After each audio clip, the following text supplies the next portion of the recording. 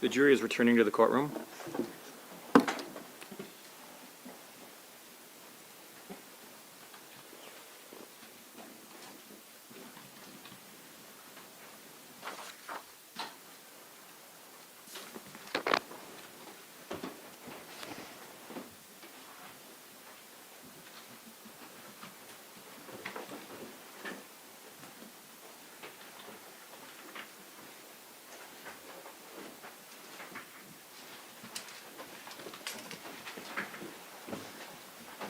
Thank you. Everyone may be seated. The state may call its next witness. Thank you, Your Honor. The state calls Conrad Shadell to the stand, please.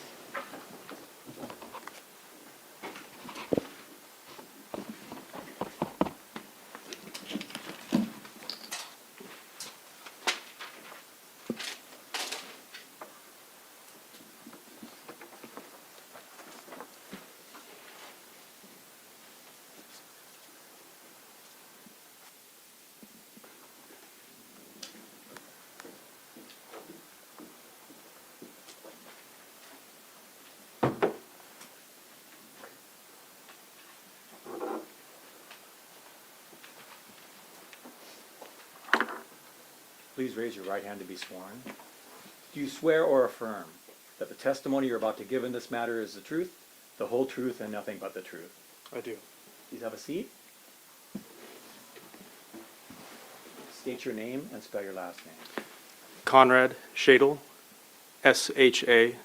Ms. Tratnick. Thank you, Your Honor. Just learned that I've been mispronouncing your name. I've been saying That's okay. Shadell. It happens. Good afternoon.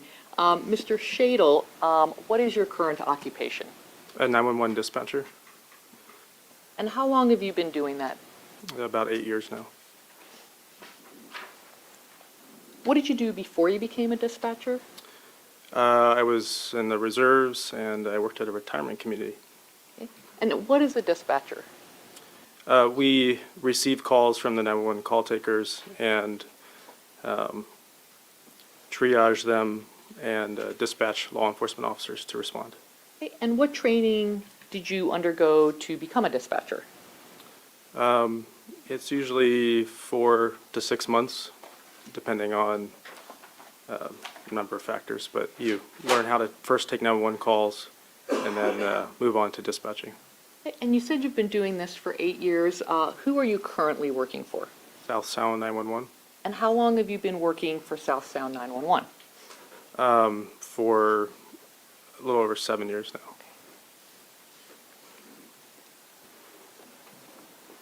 And you started to answer this, but what is South Sound 911? An agency that provides law enforcement dispatching services, 911 services for the county. And what kind of services do they provide? Police primarily, answering 911 calls and then dispatching officers from the different departments, and then also fire dispatch services. Okay. And you said that they dispatch for law enforcement agencies. What geographic area Oh. of those? It's okay. The entirety of Pierce County. And you said law enforcement services, correct? Correct, yes. And are the law enforcement agencies, are those government agencies? Yes, correct.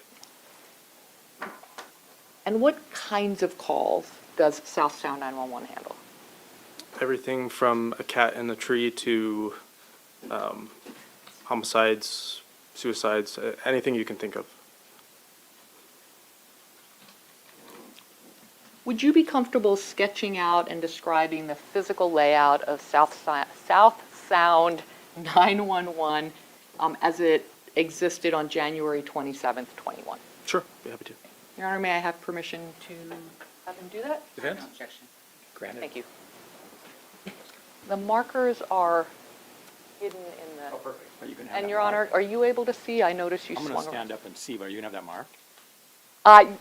We actually talked about this. I talked about it with your staff, and they didn't want to mark a blank piece of paper, so we are prepared to mark it now. All right. Defense? It's being marked as a demonstrative exhibit. Go ahead. Yes, please. And it's marked Thank you, Your as- Honor. State Exhibit 7. 7.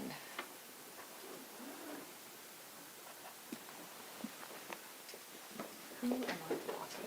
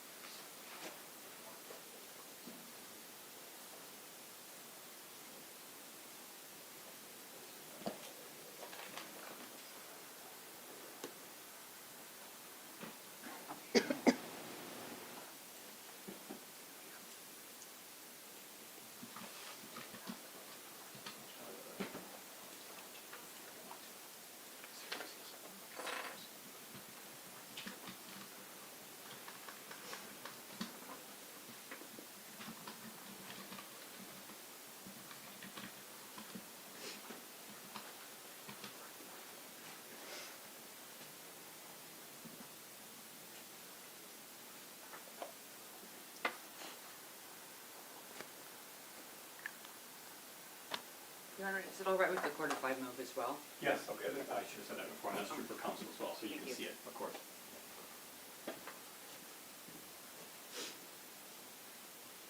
You're welcome to join me up here.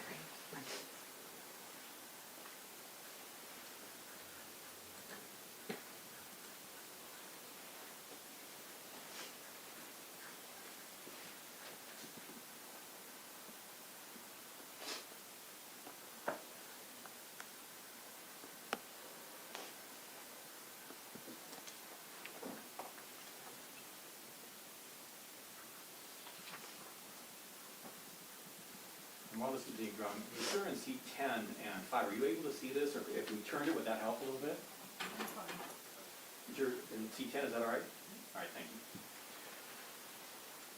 Hey, Mr. Shadle, we have a audio record, so can you describe what you draw and wrote? Sure. Plus, I'm not sure everybody can see the writing. But yeah, sorry. So it's a fairly large room, and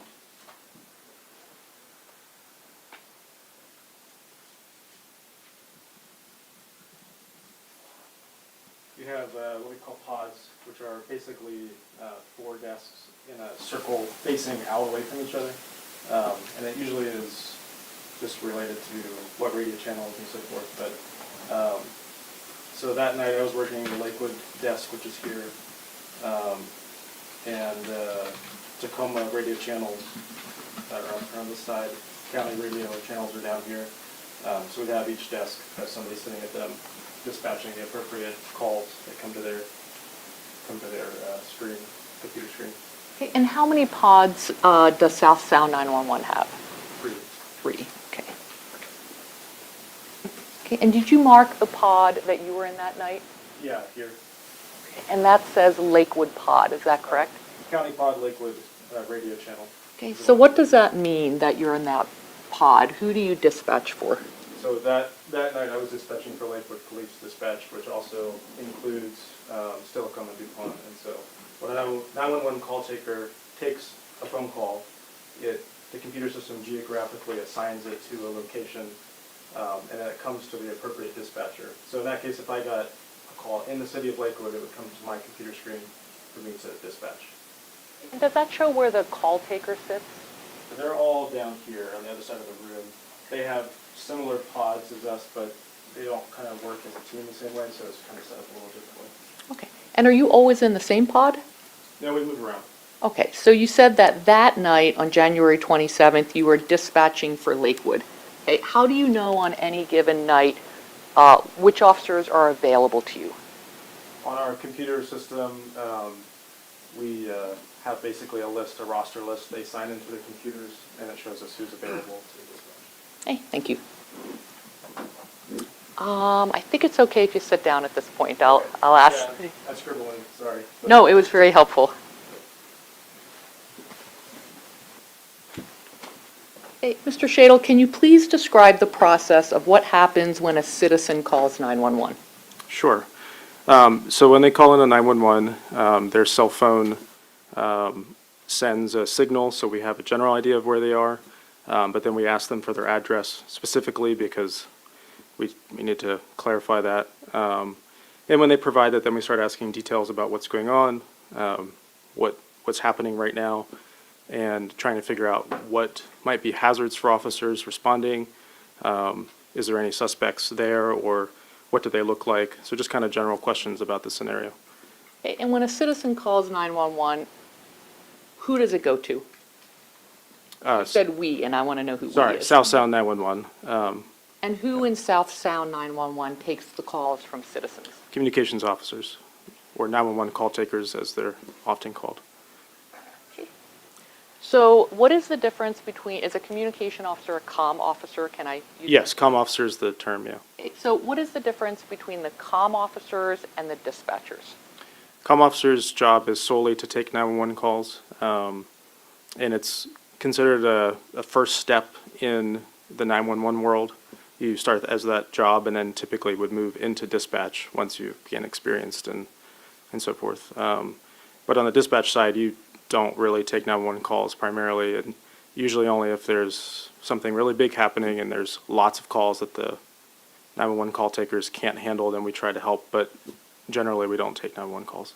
Okay, so when the comm officer takes the call, Mm-hmm. what do they then do with the call?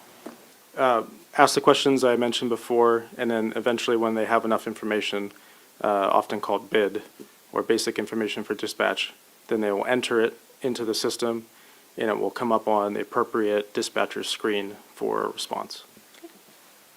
So it then gets, so goes to the comm officer and then it gets sent to a dispatcher, correct? Correct. Okay, and then what does the dispatcher do once he or she receives that information from the comm officer?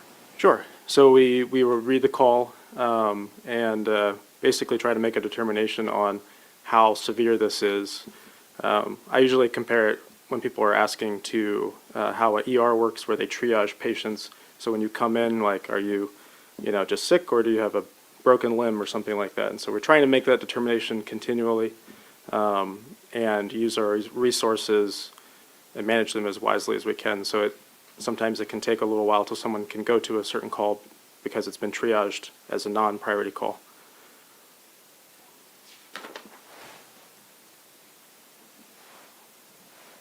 What is an officer line? It's a just kind of like a back line. It's not given to the public. It's provided to us and to the officers so that they can reach the dispatchers directly and not have to obviously call 911 or the non-emergency line to try and get through to us. Nope. Go ahead. Keep Oh, talking. I was just gonna say, I thought you were done. yeah, it's just used for, used typically for sick calls and things like that. Sometimes the sergeants will call up and provide their roster of officers for the day. Okay, and I think you answered it, but who has access to the officer line? Is this a published line, or who has the officer line? It's unpublished, and it's solely for the departments to use, the police officers, and we don't give it out to anyone else. Okay, so does the officer line bypass the comm officer and go to the officer line? That's correct. And then how many officer lines does South Sound 911 have? Generally speaking, we have one per pod. So we have a county line, a city line, and a metro officer line. Okay, so if an officer calls an officer line, where does that ring? To one of the dispatchers, to any of the dispatchers in that pod's desk. So if they call the county officer line, then it's going to ring at all 4 phones in the county officer pod. And then what determines which dispatcher picks up?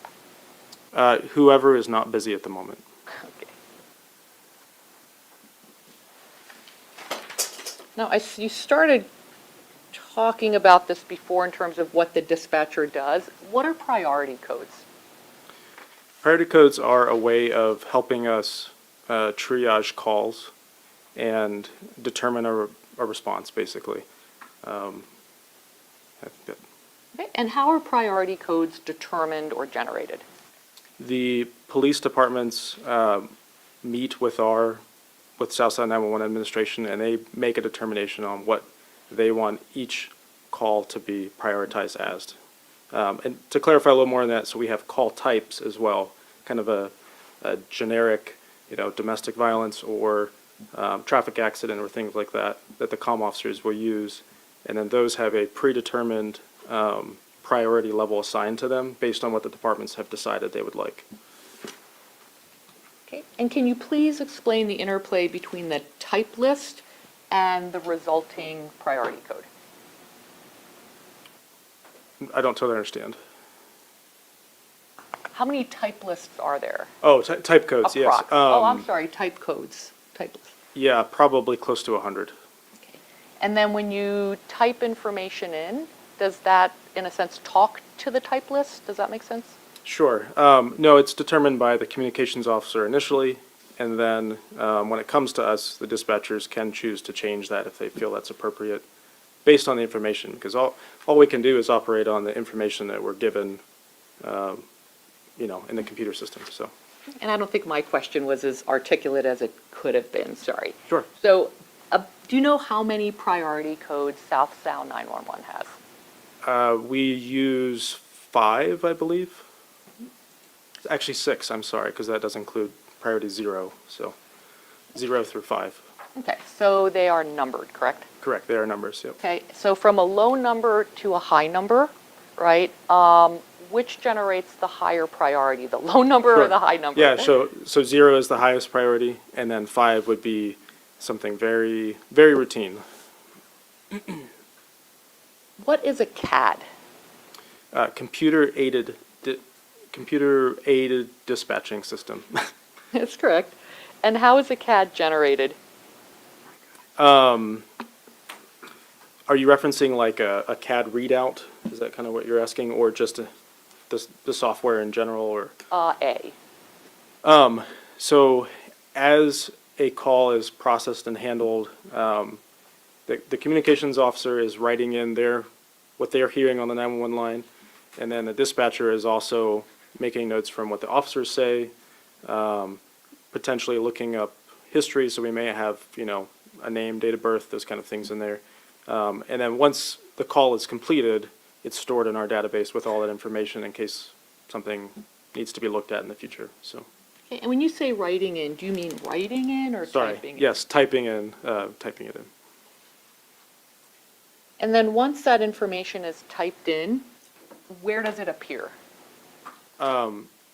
It appears in our digital call, and that call can be accessed by anyone who's working that night just by selecting it essentially, and then it gets stored in a records database for long term.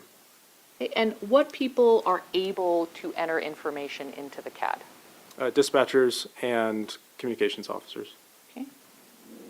And then once it's in there, who is able to see that information? Oh, yes, sorry. Officers. Don't be sorry. Go ahead. Officers can see it, and we are still expected, of course, to verbally give them that information because they might be driving fast and it's not safe for them to read it and so forth. But officers can read it, and anyone who's working at Southside 911 at that time.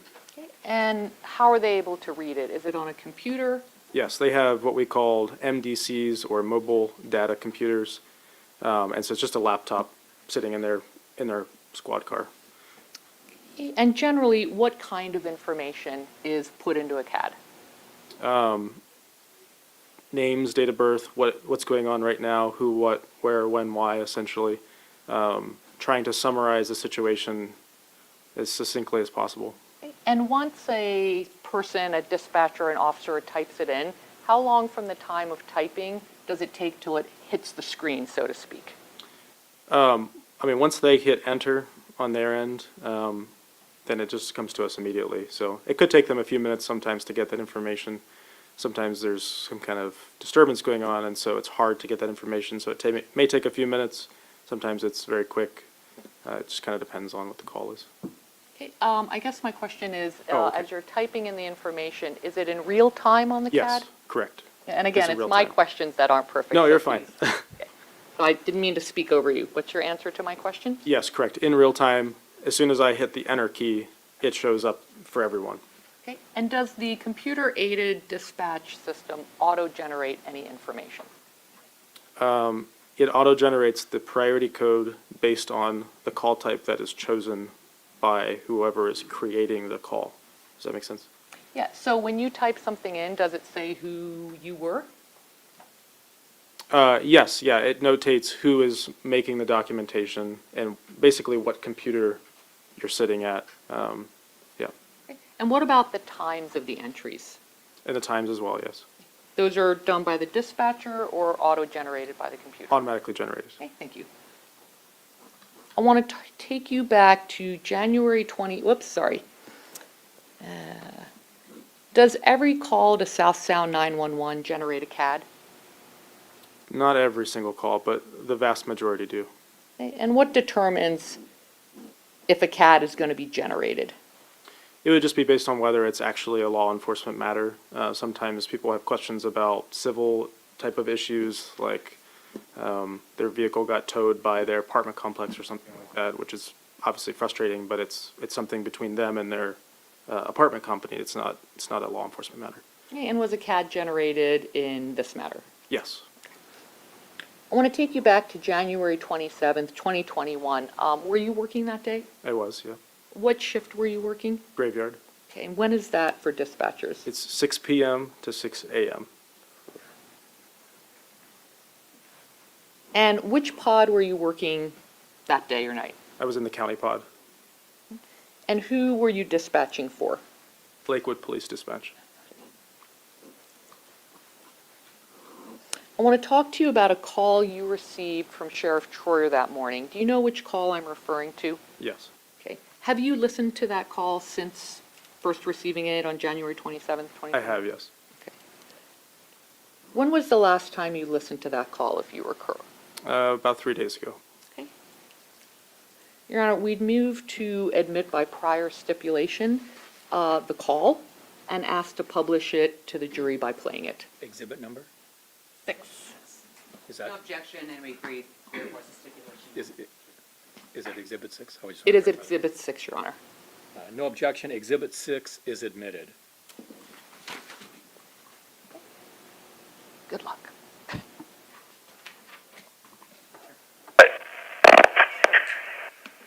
Radio. Hey, it's Troyer. What can I do for you? I'm at 27th and Deidre in Tacoma in North End. About 2 blocks from my house, and I caught somebody in my driveway who just threatened to kill me, and they blocked him in. He's here right now. Okay. Go again with your address? Well, my address is 2901 North Vista. I'm at 27th and Deidre. Okay. And he's in some sort of gray car, and he was in my driveway, in my neighbor's driveway, and he knows who I am, and he threatened to kill me, and I got him blocked in at 27th and Deidre. I think his plate is Boy William, Boy 57. Hang on. I really need just 1 or 2 people here first. Absolutely, I'm getting the call right now. Hang on, he's not going to let me leave. Okay, does he have a gun or anything? I have no idea. He looks homeless in his car, but he was in my driveway, and I got my car, and he was in my neighbor's driveway, tried to get my garage. Hang on. Boy William, Boy 5872. Okay. Yeah, and so I got him blocked in. I'm in a white Tahoe. Okay. My own personal white Tahoe. He's taking pictures and video and news. Okay. I've got units headed your way. I just need 1 or 2 real quick. He was in my neighbor's houses and sorry, but No, you're good. I think they found me. All right. Okay, stay on the phone with me though, okay? Just so I can make sure. I don't want to hang up. I'm trying to back up and let him go, but he blocked me. Okay. What kind of car is he in? I don't know, some sort of beat up, chuckle, homeless looking Sion. I gave you the plate number. Yeah. Flat nobody polite to him, and he just says I'm a racist and wants to kill me, so. Okay. I don't want anything other than him to let me go home, which is 2 blocks away, which I just came out of my house. Anybody else with him, Chief? No. I'm not mad at him or anything, but he's... Okay. I think he might have one of those garage door openers because he pulled into 4 or 5 different houses around the neighborhood and tried to hit the garage door opener button. is, I'm doing a remodel, so there's so much room, and there's no room in the driveway, so he tried it everywhere else. So he's looking Okay. for me. Okay. I'm still here. I'm backing up. He's pushing against my car, so I'm just backing up. 27 Okay. Okay, they should be there shortly too.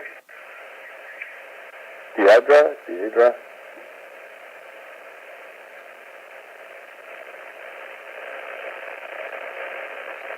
So weird. It's like one of those, like, Bizarre.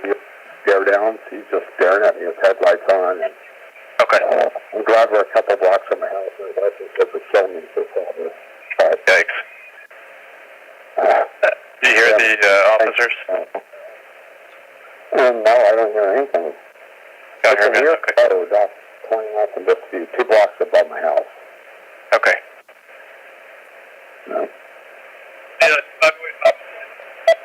He's taking video and pictures of me. It's just him alone. So weird. okay. Did he give you his name or anything? No, he just said that I was home and saw the lights coming in on the house and everything. I looked, and he was like pulling in all the driveways. And I thought maybe it was one of those guys that's like kind of a thief that has a garage door opener. Yeah. And so I went out and saw him, and then he blocked me off and accosted me and said, "You're a cop," and started threatening me, which is not a big deal, but it's part of the Well, deal now, right? Apparently, yeah. And he literally blocked me in. And It's crazy. here comes the first guy. Okay. They're right behind me. Okay, good. Yeah, so the first cop is right there. Yeah. So, okay.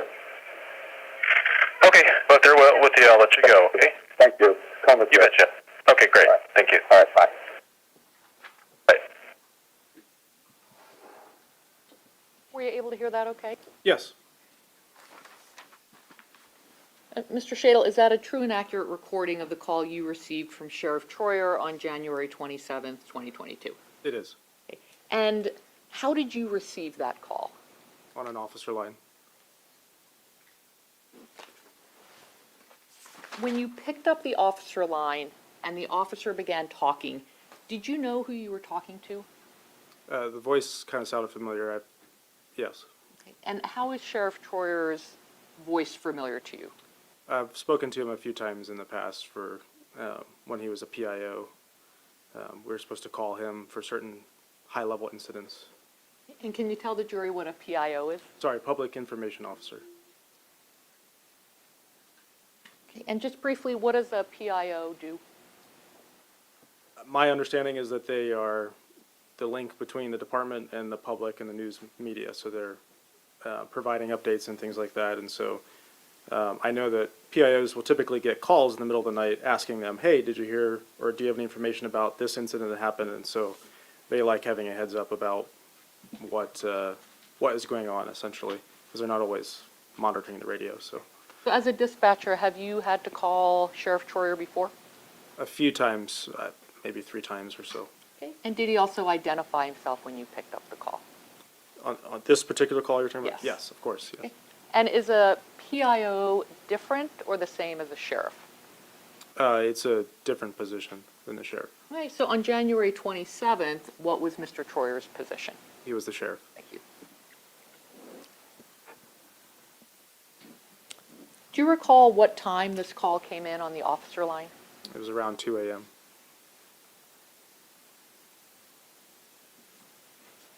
And based on the information that Sheriff Troyer was giving you, what did you think was going on? My understanding was that there was some kind of active confrontation going on. It was a little confusing trying to understand exactly what was happening, but I knew that there was 2 vehicles, his vehicle and this other person's vehicle involved. There was obviously some arguing and yelling. The sheriff said that this person knew who he was, so that was concerning to me, that he knew who the sheriff was. Why was that concerning to you? Just because he said he was in his personal Tahoe, which wouldn't have been marked. So in my mind, I'm imagining somebody is like looking for him or sitting outside his house stalking him or something to that effect. Did you believe that, you said personal vehicle, did you believe that Sheriff Troyer was identifiable as an officer? No, that's why I was concerned. Objection calls for speculation, like a. Sustained. What did you do when you heard what Sheriff Troyer was telling you? I immediately started creating a CAD incident or CAD call to be able to get officers to respond as quickly as possible. Do you know about how long that call was that we just listened to? I think it said it was 4 minutes and 50 seconds. So when you said you immediately generated a CAD list, can you tell us what you mean by immediately? As soon as he started talking, I attempted to try and start entering a call. He provided 27th and Deidre, which I had never heard of Deidre before, so I was trying to enter that in as a location for them to respond. And that's why I then asked him for his address to try and narrow down where we were in Tacoma. And did you also enter in what he was saying was happening? Yes. And do you recall what you entered in immediately? I don't remember the first line, no. That's not a problem. We talked about the CAD before. Do you have an independent recollection of this event that we've been talking about this whole time? What do you mean, sorry? Of the CAD? you No. mean, or- Do you have an independent recollection of this event that we've been talking about? Yes. Would looking at the CAD help refresh your memory as to some of the details? Yes. I'm handing you what's been marked for identification purposes as States Exhibit 5. Can you just read maybe, Sure. like the first, to yourself quietly on the first page, and when you're done reading, just look up and I'll know you're done reading.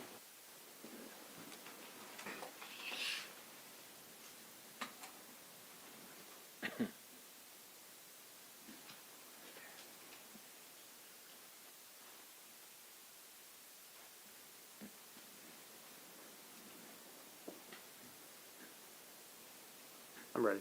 I'd asked you before approximately when the call came in. Do you know now precisely when the call came in? It says 2:05 a.m. And that's auto-generated, correct? Correct.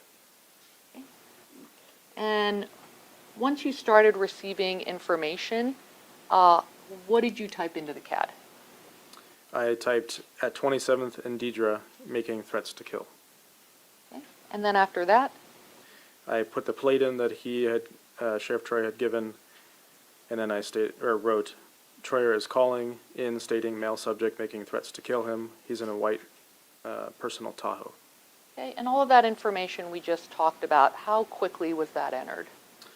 I started the call at 2:05 and 12 seconds, and the part about the Tahoe was at 2:05 and 35 seconds. And the other information was before that, correct? Correct.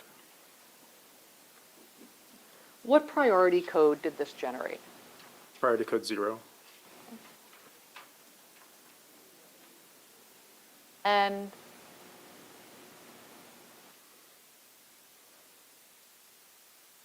is that the highest, lowest, or in between priority code? Sure, that's the highest. Okay. And what events fall under this highest priority code? This officer needs help, or a lahar.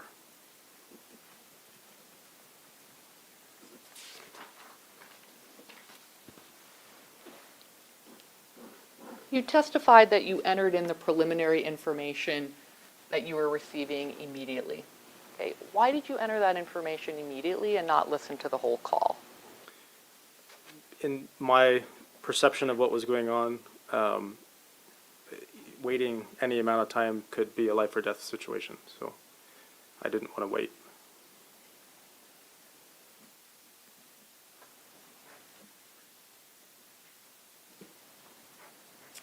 You mentioned BID information before. Do you remember that? Yes, That's another acronym. What does BID stand for? basic information for dispatch.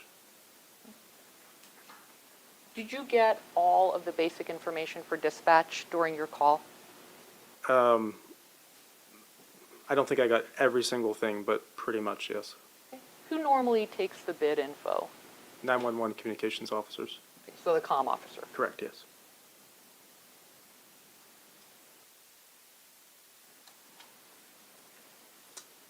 Based on the information you were receiving from Sheriff Troyer, did you think he was in danger?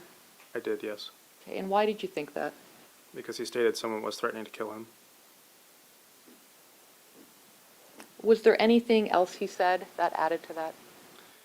We kind of touched on it before, but he mentioned he was in an unmarked, and then he originally saw this person at his house, which again elicited thoughts of that this person was specifically targeting him in some way, or going after him, and he knew who he was just by his face, which to me was alarming. Did Sheriff Troyer at some point in the call ask for 1 or 2 people? He did, yes. And did you hear that? Yes, Did that statement affect how you handled this call?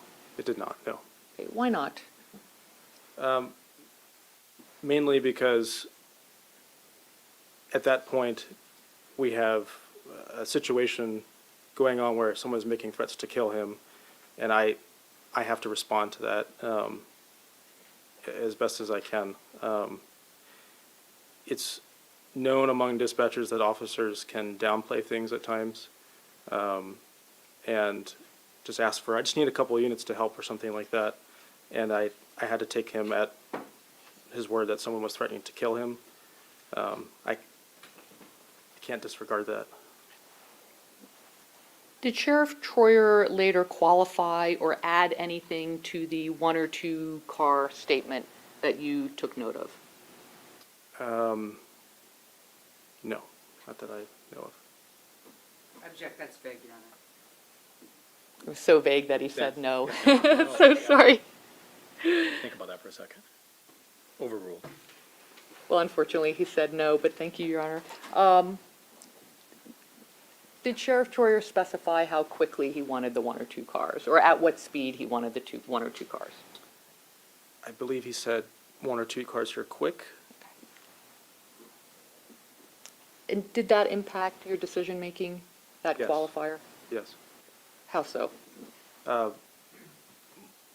Officers in general handle stressful situations in a way that, sorry, let me, Objection, Your Honor, is to officers in general. Sustained. Goes-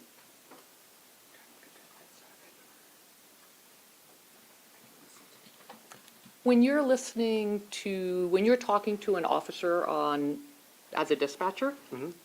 are you focusing on the words they say or the demeanor or affect that you're hearing? the words they say. How come?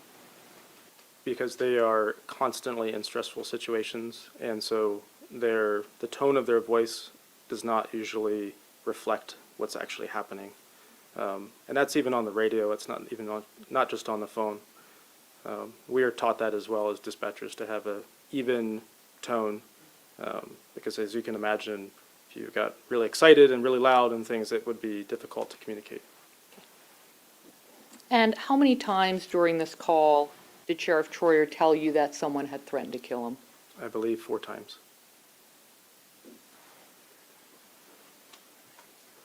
When did you end this call with Sheriff Troyer? When did I end it? You said 1 officer's arrived on scene. That's all I have. Thank you. Cross-examination. Thank you, Your Honor.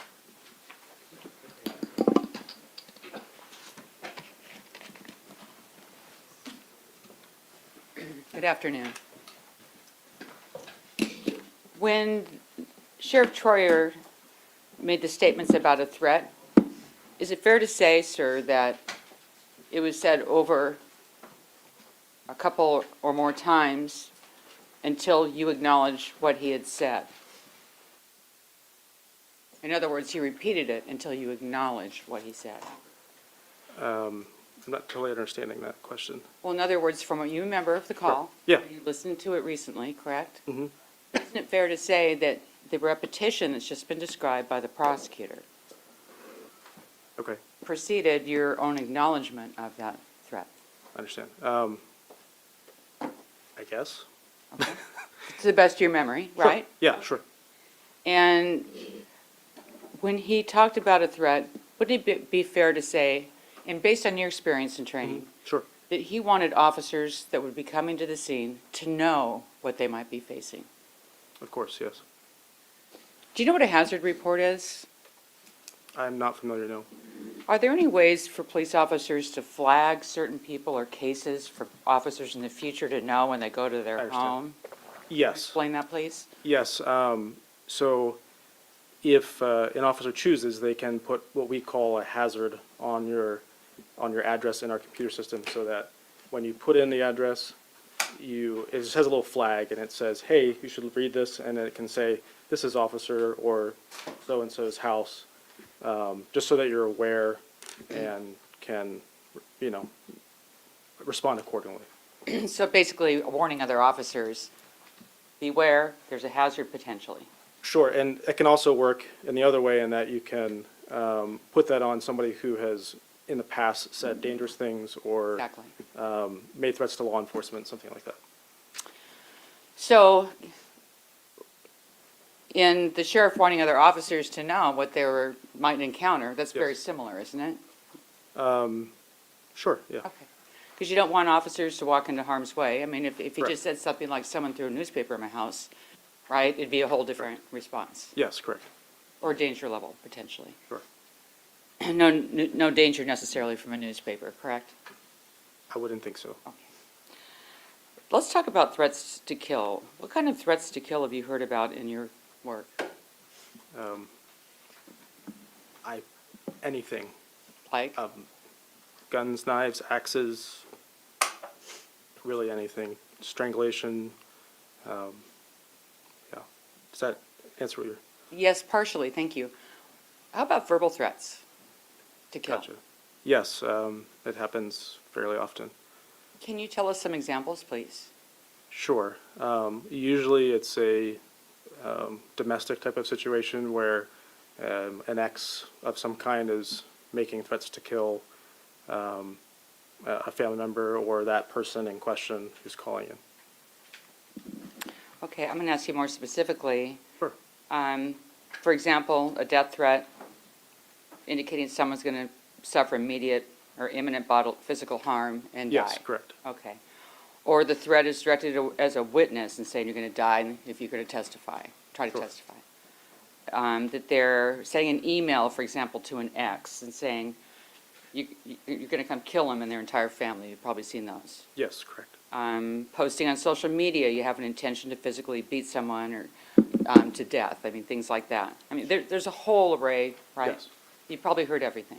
Yes.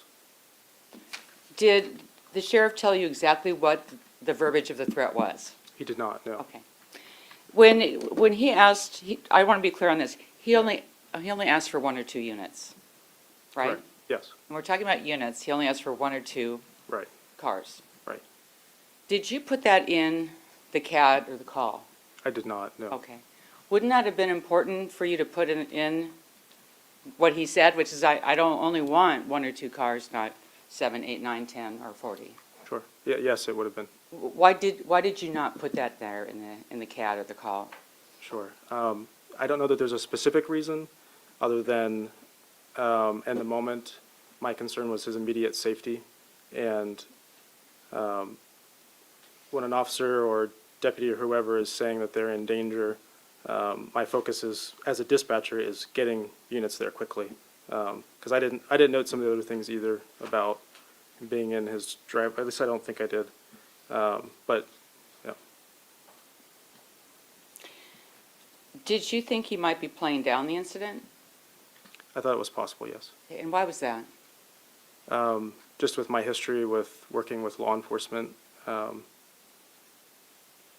it's, yeah, just from my working in 911, basically. I've had other incidents where either it's happened and I've heard about it or something to that effect.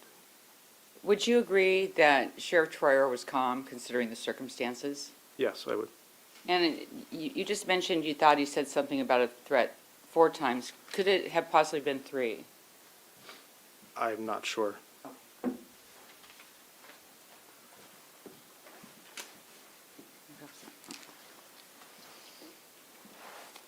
The quality of that audio, Mhm. is that the best that we can get? I presume so. Okay. I don't know, yeah. Could you understand everything that was said on there? Maybe by you, but not, could you understand everything that Sheriff Troyer said? I believe so, yeah. Okay. Maybe a better ears than I do, but. So we're clear for the jury, when he made the call that you accepted, that was not to 911, correct? Yes, that's correct. And that was to what's called an officer line, right? Yes, correct. Are there any other names for it? Not that I'm familiar with, no. Casual line, something like that? Let me ask you, was it a casual line?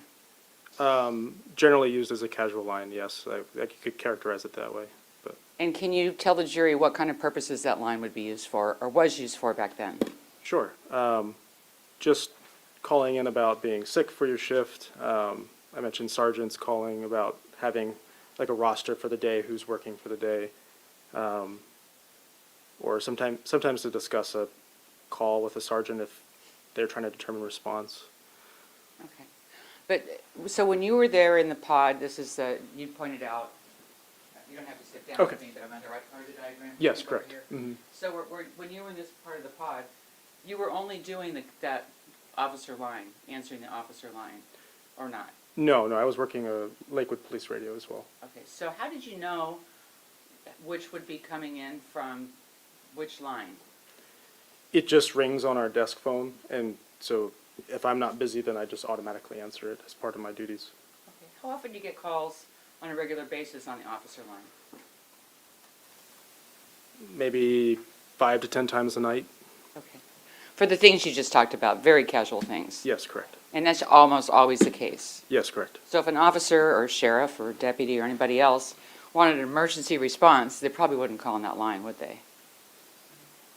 It's up to them. I know. It happens, I would say it happens, but we encourage them not to because we can't get their cell phone location. Okay.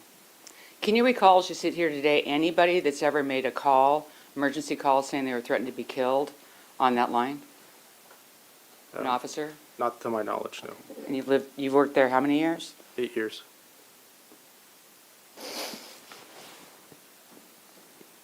I'm going to get to the CAD in a minute. I've got Okay. just a couple questions about that for Sure. you.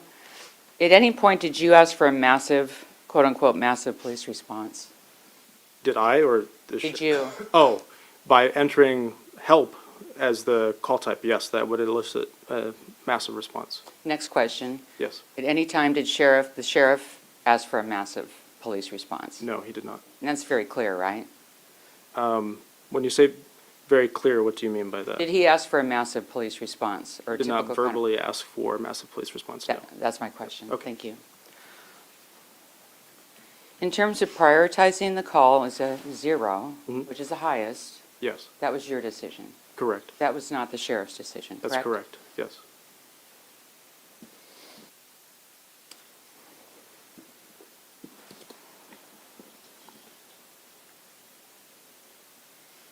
In terms of the timing, when you decided to put out information for assistance, Mhm. can you tell us when exactly that happened in terms of the different times the sheriff mentioned a threat? Does that make sense, my question? In other words, had he already told you a number of times when you put out the information on priority in a call, or did those things stagger, those statements? I would lean more towards staggered. I'd have to listen to the tape and look at the times and the Yeah. call to totally correspond that, but That's fair, and that's Okay. what I'm asking for. In terms of your sense when you were talking to the sheriff, it appears your sense was that he was in an active confrontation with someone trying to kill him. Is that right? yes, And it sounded to you like either someone had boxed Troyer in, like with his car, or was pushing on his vehicle, right? yes, And I think you also said there was some type of confrontation. yes, It would either be the boxing in or the threat or both. correct. In your mind? Okay. And that's what made you put out this as a high priority? Yes, correct. Did you feel he was in danger? I was concerned that he was in danger, yes. Okay. Did it concern you that Mr. Altheimer had recognized him as the sheriff of Pierce County? It did concern me, yes. Why is that? Because he's an elected official, public, well-known, and, I mean, the higher an official is, in my mind, the more of a target they may be from someone. Did any of the sentiments of defund the police or any other movements enter your mind in terms of the potential for danger to the sheriff? They didn't specifically, but I'm But sure that generally. was well known at the time. Yes. And it was well known at the time, and so, I mean, obviously that was a consideration, and you're deciding to make the priority the highest. Sure, yes.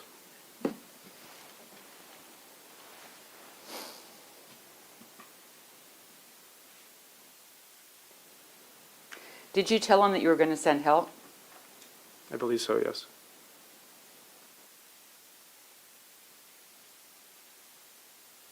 And also in terms of the fact that Mr. Altimer knew that the sheriff was a law enforcement officer, did you say or think, well, that's a real red flag? That's the words, those are the words you used. Yes. And what does red flag mean to you? It just, I would say it means that it drew immediate great concern. Okay. Was this call downgraded? By officers, yes. Okay. What would it take for you to downgrade the call? In most cases, officers arriving on scene and saying that it needs to, in most cases, it would be officers arriving and saying that this is not as big a priority as we thought. Okay.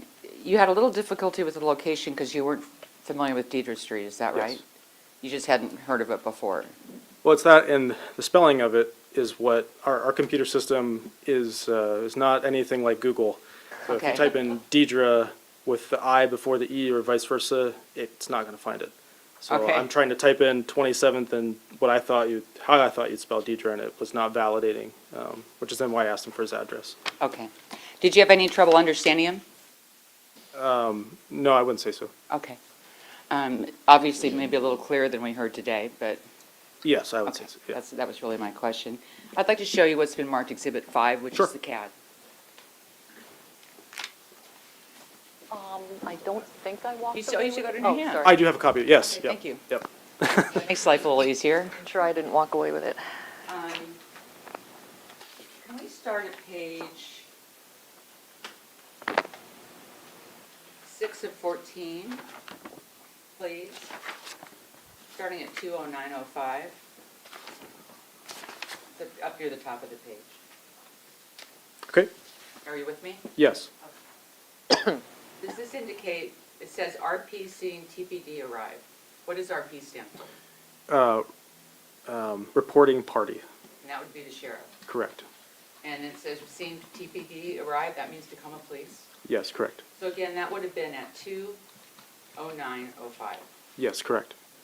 And when was, in terms of when you indicated putting the call out, what time was that? 2:05 a.m. 2:05 a.m. Yes, ma'am. So the first response we see physically is the one here at 20905 of the arrival, according to the reporting party. Yes, correct. Okay, the next thing I want to ask you about on here, and do you know when CADs first came into existence? I mean, we didn't always have computers in police cars. Right, right. I think the late 90s, maybe mid 90s, Because before that would just be radio traffic, right? and a typewriter. And a typewriter. Yeah. Come a long way, right? Yes. Okay, if we could turn to page 10 of 14, please. Could you give me timestamps? I think our pages are slightly different, numbered Oh, differently. sorry. That's okay. Could you give me timestamps? I think my page numbers are Yeah, I'd be happy to. different. Okay, thank you. So the next one I'm on is at 20950. 20950. Okay, I'm there. Thank you. And it says HO 25, what's that? So that's a Henry 25 or 25, which a Henry unit is a two-man car. It's just a letter designator that tells us that there's two officers in one car. And would that have been Lawless and Ventura? I'm not sure, honestly. Their numbers, well, I guess Tacoma's doesn't change, but I don't know their numbers off the top of my head. If I represent to you that the first two officers at the scene were Oh, Lawless and yes. Ventura? Then yes, I could say that. Thank you. Okay. Yep. And so did they say here at 20950, only need one more unit? Yes, correct. What does that mean? That means everyone should downgrade, slow down, and outside agencies would then discontinue their response. most likely at that point. The sheriff's department may still respond because it's relating to the sheriff specifically, but otherwise, anyone else responding would probably stop coming. Okay. And the next entry would be 2/10/24. Okay? And it says S18, and has the Pierce County Oh. Sheriff's Department number. County 518, yes. Okay. What is that? That's one of the deputies. I think I saw, it's Deputy Beto Okay. So from the Sheriff's Department or the Tacoma Police? from the sheriff's department, yes. And again, that time was 2:10? 210 and 24, yes. 24. The next, so that now we have three, does that mean we have three officers at the scene? Appears so, yes. Yes, from the CAD, Yes, because you weren't there. I was not, no. Okay. The next entry is 10, it says, the next entry is 2/10/24, same time. It has 518 area, what does that mean? That he's arriving in the area of the call. And then we have 2/10/26, it says arrive, same unit? No, it's another unit. Okay, who is that? County 519, says he's Patrick Parham. Okay, Yep. so we're up to 4 officers at the scene? That's what it sounds like, yes. 2 TPD and 2 sheriff's deputies, right? Yes. And then the next one I have is event remark at 2/10/26, 519 area. What does Yes. that mean? So it just means that he's arriving usually within a block of where the call is. So we're still up just to 4. That's my understanding, yes. If you could go then to 2/10/54. Are you with me? Yep, Okay, and it says arrive, K92, Miller Stephen. yes. Again, we know what arrive means, and then, so who is Miller Stephen? He is, or was, a K-9 officer for Tacoma Police. Do you often send K-9 officers out at night?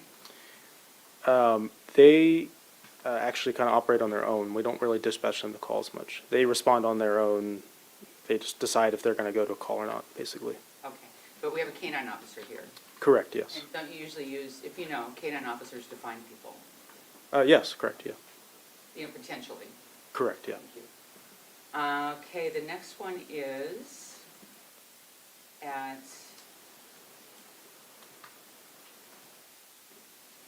see, I have a dispatch at 2/12/08, LT9, Stark Robert.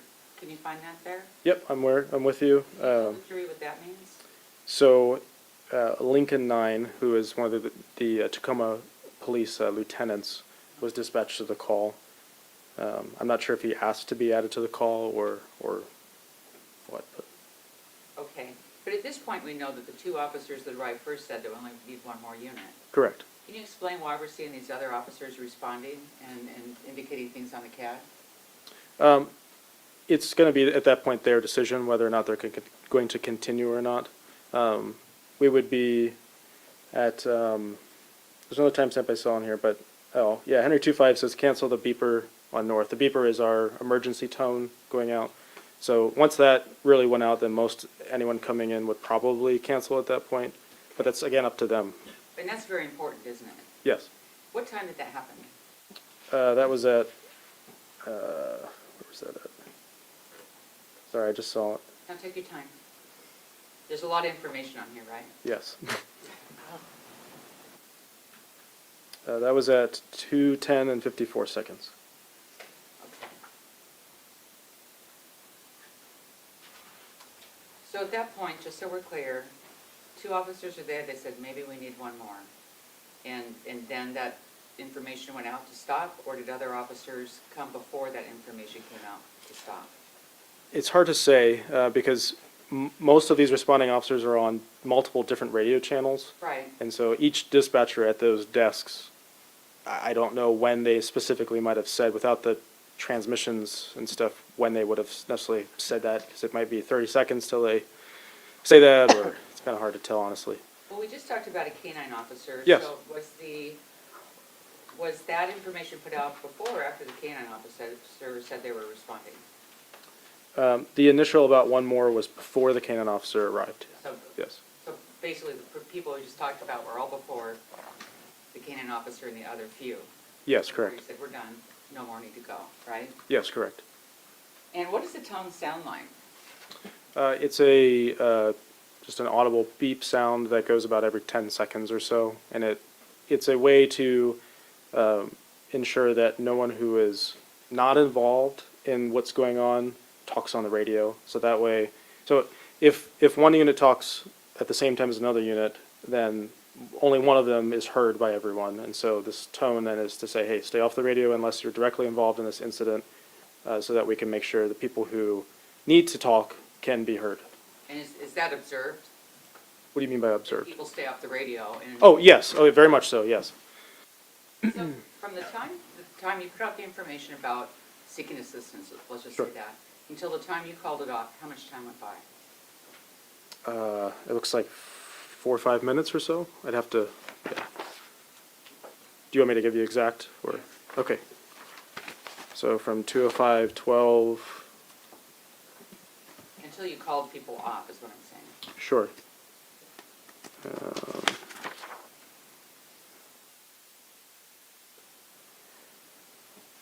Looks like a little bit over 4 minutes. 4 minutes, Yes. total 4 minutes. Yes, from when the call was entered to their response, and then to when they were told one or more units is needed. Till when they said no more units are needed. Correct.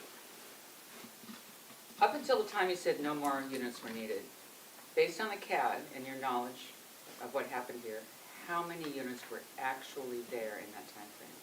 I genuinely don't remember. It had been under 5? I don't know. Can you look at the CAD and tell us? Oh, yes, it would take some studying here, though. That's okay, because it's important. Okay, can I have a pen or something to? Yeah, you can have one of mine, if I can find it. Is there one right here? Can I push Just the as long witness? as he doesn't write. Oh, I can't write on it? Right. Oh, okay. You can write on mine. Actually, That's fine, that's fine. No, I don't care either, if the fence doesn't care. Is he gonna just write on an extra pad or on the exhibit? On the exhibit, he can write on mine if he wants. What? I can figure it out with it. I just want to make sure I don't get it wrong or something. So. May I approach the witness, Your Honor? I Yeah. think your staff has offered to make a copy, and that's very gracious. Thank you.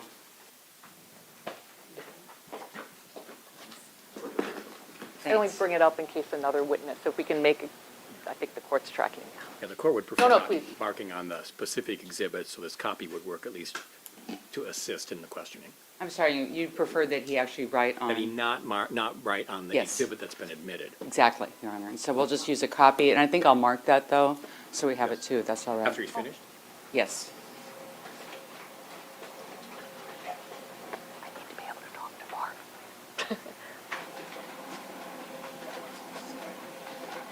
Oh, jeez. Mark them down for it.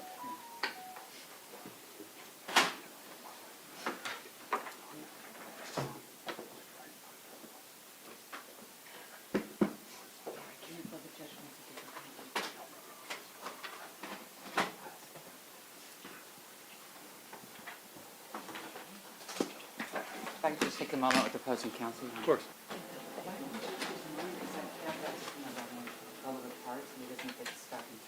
Sure, if you want to stand, it's a good time, little break, sometimes that's not a bad idea. You've been sitting a long time, and I felt like standing. Some water. Sure. Would that be okay? Yeah. Oh, okay. Sorry. No, I read this, but my copy's okay. But your copy's clean. Got lipstick on it, I guess. Because this has some stuff on it, but it doesn't. Other than that, it's just tabbed and some yellow highlight. I think it'll get a second exhibit number, so let's give it an exhibit number that you can identify it as a copy of exhibit.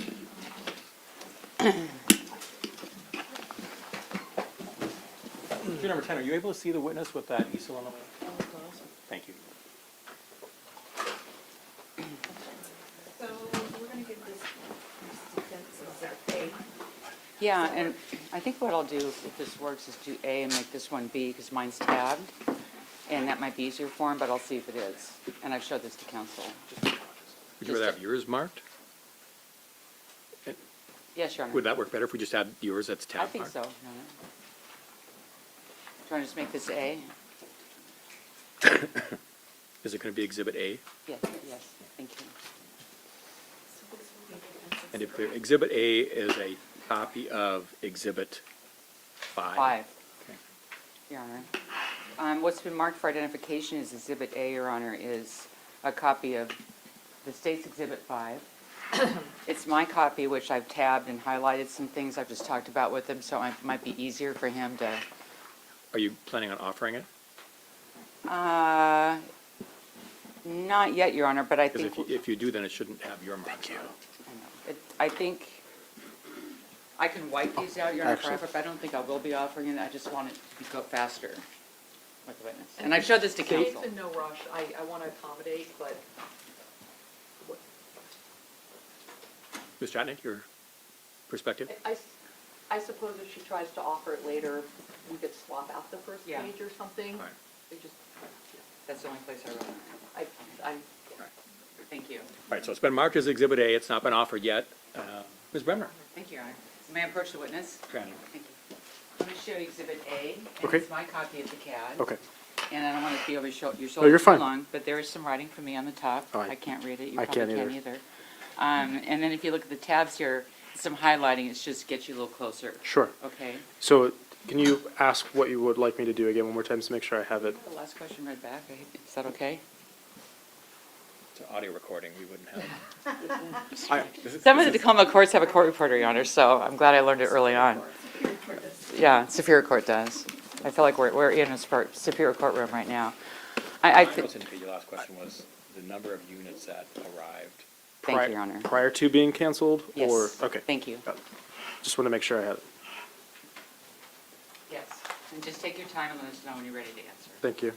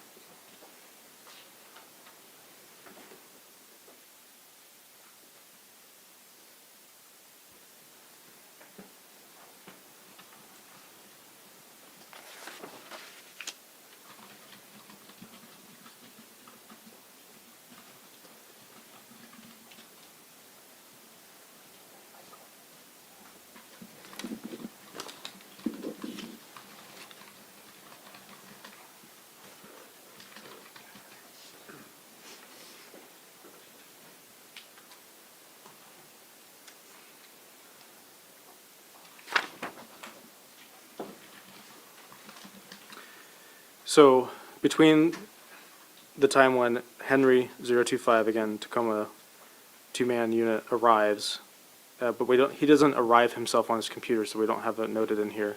But it's clear he's there because he says only one more unit needed. Right. So he arrives, there's 2 officers on scene, and then County 518 arrives, so that's 3, then 519, 4, and then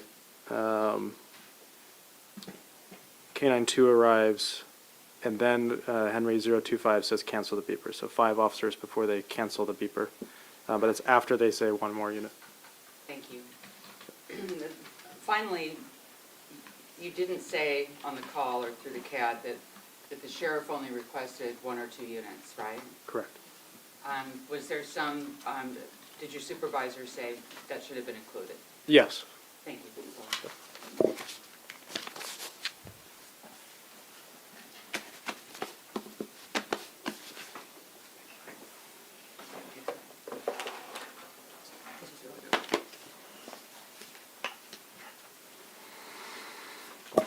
Done with it. Okay.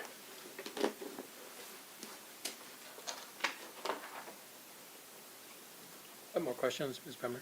Oh, no, I'm sorry. I thought I said, All right. thank you, sir. Redirect?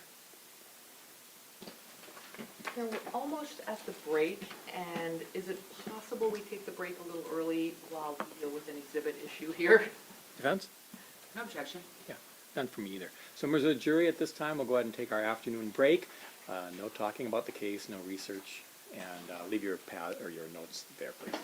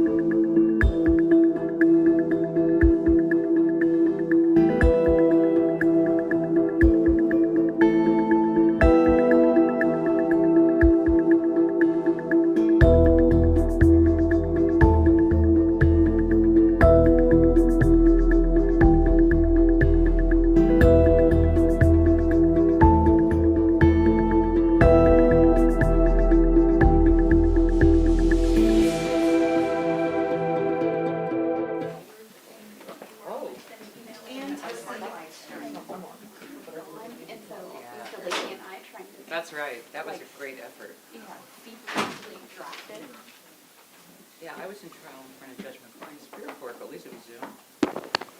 This judge needs like, we want this brief, I got an email, see, we want this brief by noon the next day.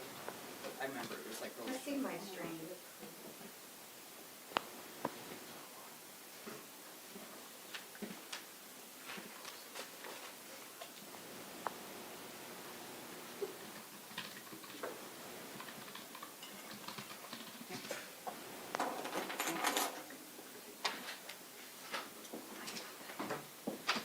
All right. District Court is back in session. Thank you. Please be seated.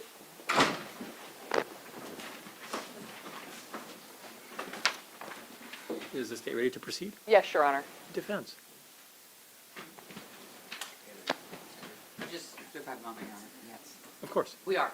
Thank you. Bring the jury back in, please.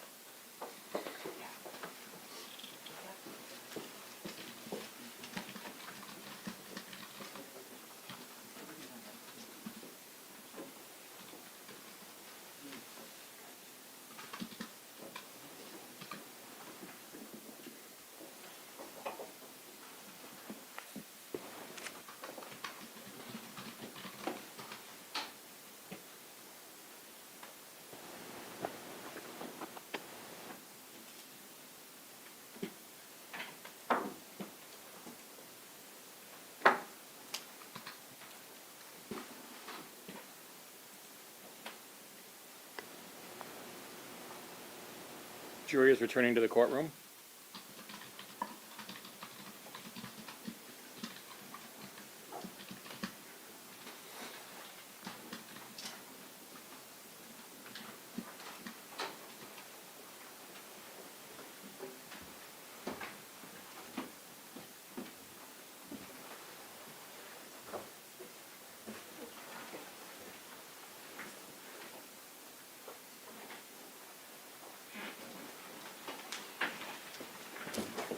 Thank you. Everyone may be seated. To the witness, you remain under oath. Do you understand? Yes, Your Honor. Stratton, Thank you, Your Honor. redirect. Thank you, Your Honor.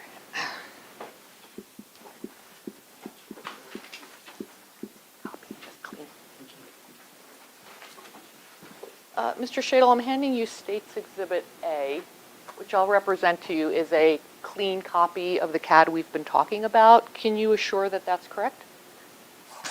Yes. Okay, or can you confirm that Exhibit- that's correct? Exhibit A is, State's 8. Am I wrong? No, you're right. the letter A or the number 8? 8, Your Honor. Thank you.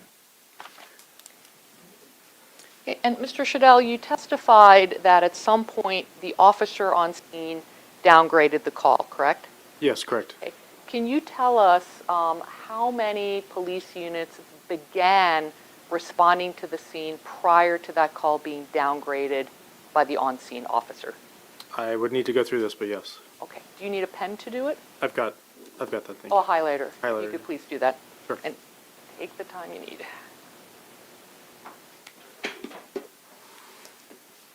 Is the witness marking the exhibit? Yes, but I gave him a clean one to do that. So he's not marking, I can do it without marking if you don't want. I gave him a clean one so he could mark. He's not marking 5. No, he's marking 8, which is a copy of 5. Defense? Any objection? Objection. All right, you may mark that if you choose. Thank you.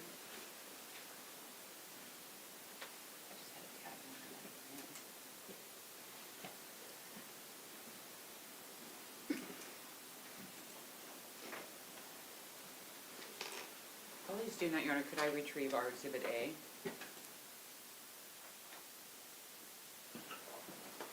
To not have it with the court after it's been marked? It should be up, I just want to retrieve it.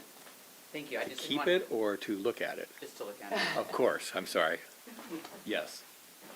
But it needs to come back to the court. It definitely. All right, thank you. Since it was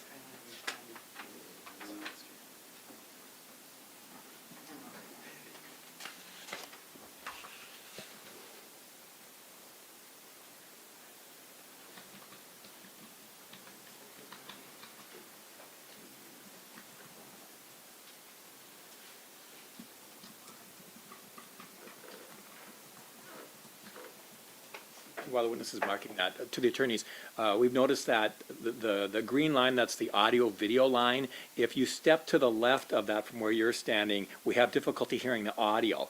And so while you won't be on the video, we're having difficulty with the audio. So if you could please stay on the court side of the green line so we can make sure to have audio as you're moving around the courtroom. So not here, correct? Correct, yeah, Don't the think- audio we've had some difficulty with. And I am returning Oh, you. okay. Thank you. Thank you.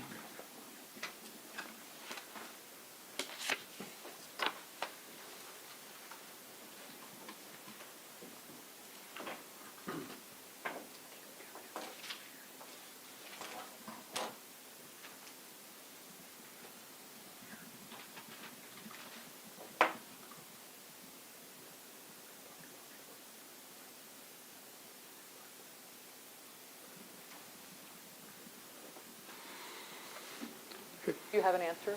Yes, And what is the answer, please? prior to the Tacoma officer saying only need one more unit, 40 officers were dispatched to the call.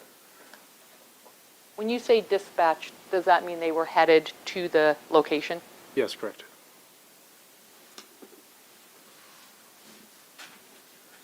And you testified that the officer on scene will sometimes downgrade a call. Does the officer on scene have more information than the dispatcher? Yes, of course, yeah. And why are calls downgraded?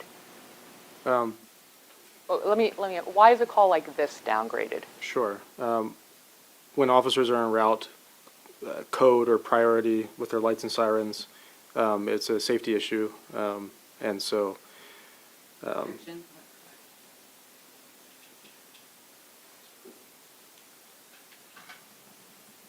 That's based on one of the orders in limine, Your Honor.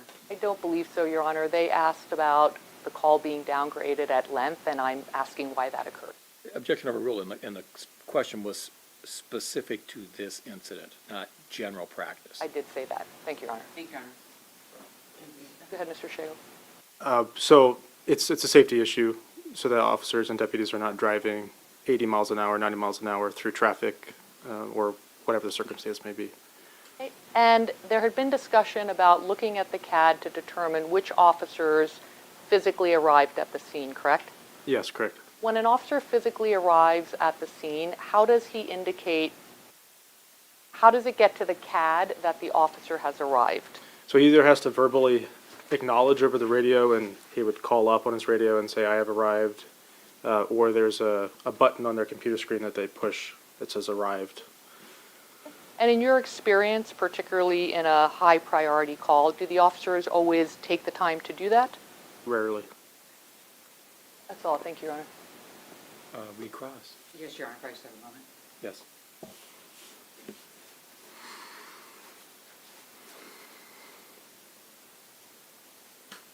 Before you testified today, Yes. Did the prosecutors advise you of any of the court's prior rulings on evidence? Yes.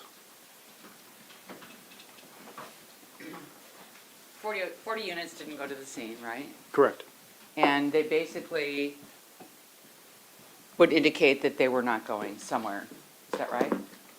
I don't totally understand what you're... Well, like when you basically have a lot of different people keying their mics and everything else, different Right. officers, Correct. male or female, and saying, getting called off, and basically they never made it to the scene. Right. Okay. So was there any danger there in terms of officers saying, I'm not going to go to the scene? Sorry. You didn't have 40 officers at the scene. No, correct. Okay. Correct. And so at least 30 or more called themselves off and were called off, correct?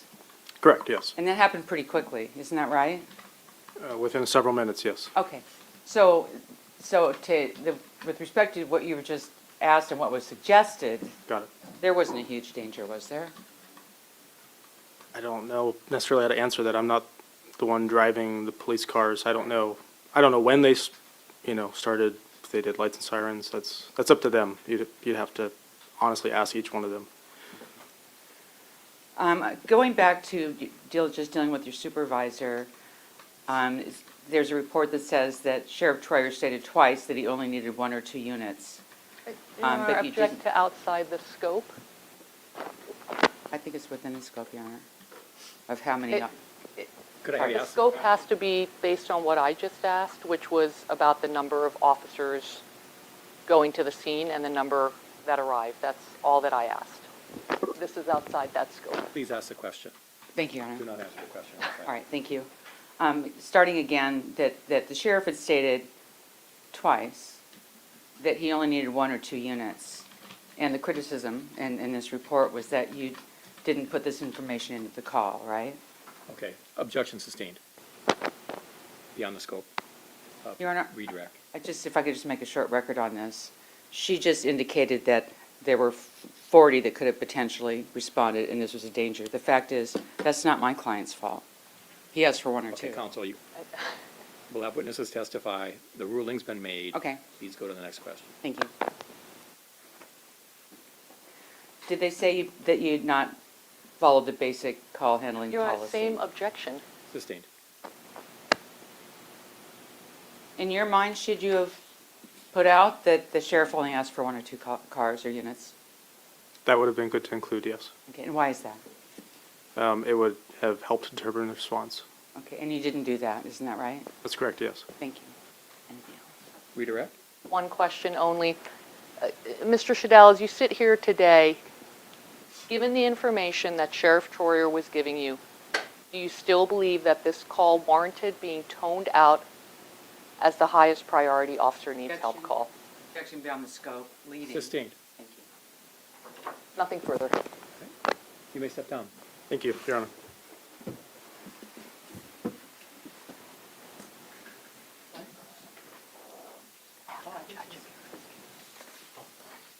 Your Honor, is this witness excused? No objection.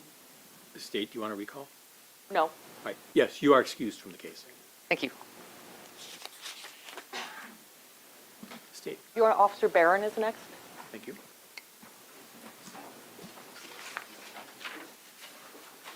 So Ryan. Oh. Ms. Storano.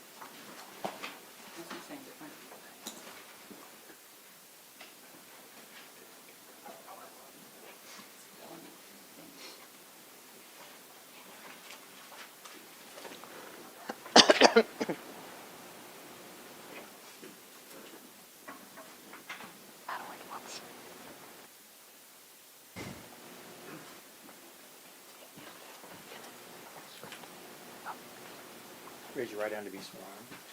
Do you swear or affirm that the testimony you're about to give in this matter is the truth, the whole truth, and nothing but the truth? I swear. Please have a seat. State your name and spell your last name. My name is Aaron Barron, B-A-R-A-N. Ms. Stratton. Thank you, Your Honor. I guess it goes without saying, but Officer Barron, what is your occupation? I work for the Tacoma Police Department. Okay. And how long have you worked for them? I have worked with them since July 23rd, 2018. Okay. And do you have any prior law experience before that? Prior to working for the Tacoma Police Department, I worked for the Mason County Sheriff's Office. Okay. I want to talk to you about a call to South Sound 911 made by Sheriff Troyer on January 27th, 21. Do you know what incident I'm talking about? I do. Were you on duty that day? I was. And what shift were you working? I was working the third shift or graveyard shift. And what is that? What are the hours for TPD on that? 2000 hours to 0600 hours. Were you working alone that day, or did you have a partner? I was working as a two-man car, And who was your partner that day? Officer Hobbs. And how does that work at TPD? How do people get partnered up? You just find somebody you like working with, and you clear it with the sergeant, and if they're okay with it, you work as a two-officer car. Okay. And prior to January 27th, 21, had you been partnered with Officer Hobbs before? Me and Officer Hobbs had been riding together for maybe about 7 months at that point. Okay. And during that shift, from 8 p.m. on January 26th to 6 a.m., did you respond to an officer needs help call? I did. Okay. And how did you become alerted to this call? We received radio traffic that an officer needed help at a specific address. Okay. And where is the radio in relation to you?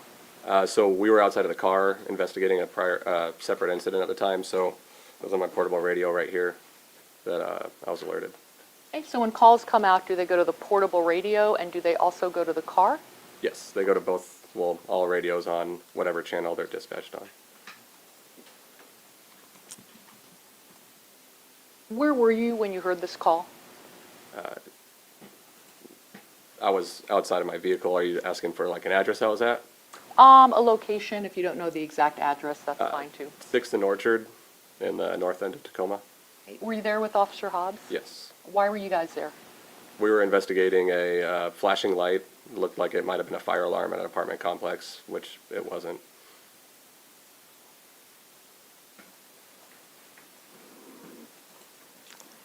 Does an officer needs help call sound a certain way?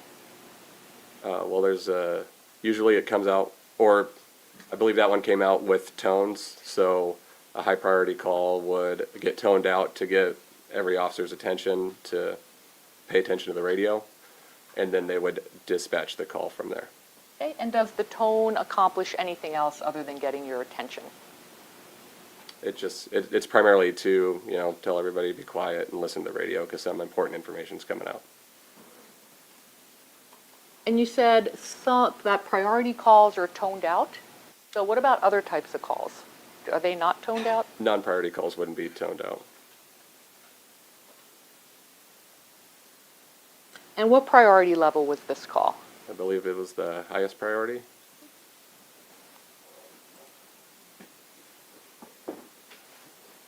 Do you recall approximately when that call came in?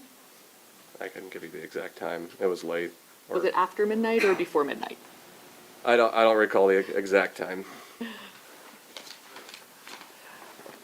What did you and Officer Hobbs do when you heard the officer needs help call? We answered up on our radio, I believe, that we would be responding and returned to the patrol car to head in that direction. Okay. And who drove? Hobbs was driving that night. Was he driving code? Yes. What does that mean? Lights and sirens. Does it also allow for higher speeds? Yes. Okay. Do you drive code to all calls that you're dispatched to? No. Okay. So what determines whether or not you're going to drive code? The priority level, really. The sense of severity, like how fast do you really need to get there? Okay. Do you know approximately how long it took you to get to the scene that you were being dispatched to? I don't recall the exact amount of time, but it would have been maybe 6 to 8 minutes. And how many other officer needs help calls have you responded to prior to this date in your career? I believe there is only one other one. Now, as Officer Hobbs is driving and you're in the passenger seat, are you getting any updates on your way to the scene? I believe dispatch was giving us additional information while we were driving there. And how do you receive that additional information? It would come through the computer as well as through the radio. So is the driver looking at the computer? Well, if you're riding two people, you have the benefit of the driver not having to look at the computer. So I would be the one looking at the computer and giving Hobbs live updates, either prior to the radio giving the information out or giving him older information to just kind of make sure we know exactly where we're going to.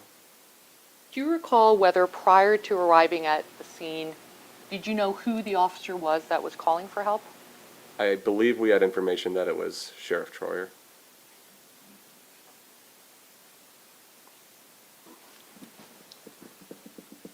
I failed to, there we go.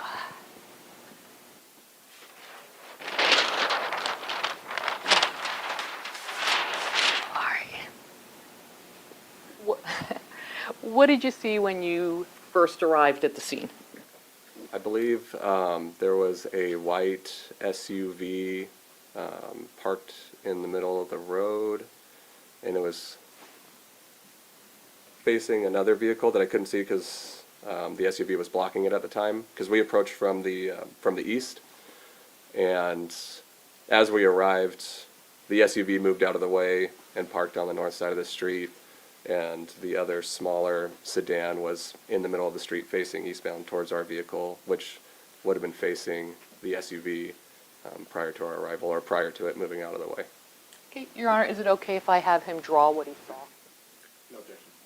Granted. We're going to make the, so this is going to be State's Exhibit 9 for demonstrative purposes only. There are markers down there.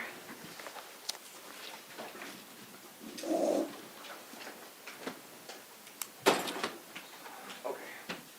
So, I don't remember or recall the exact layout of the streets in that area, but this will be a generic representation. I believe there was primarily an east and west street. We would have approached from here. This would be from the east. That'd be my patrol car. And then on the far side of the scene would be that would be Officer Lawless and Ventura's patrol car. They were also riding a two-man, and there would have been a white SUV facing this way,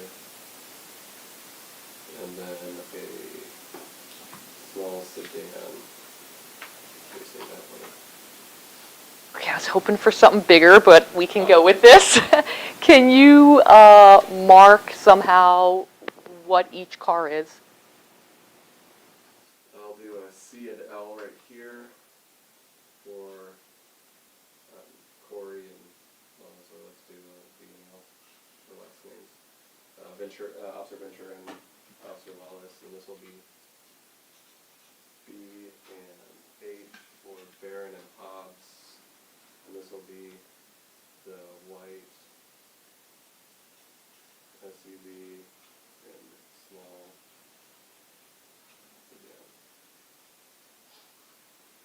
So you started testifying to this, but I think this might be helpful.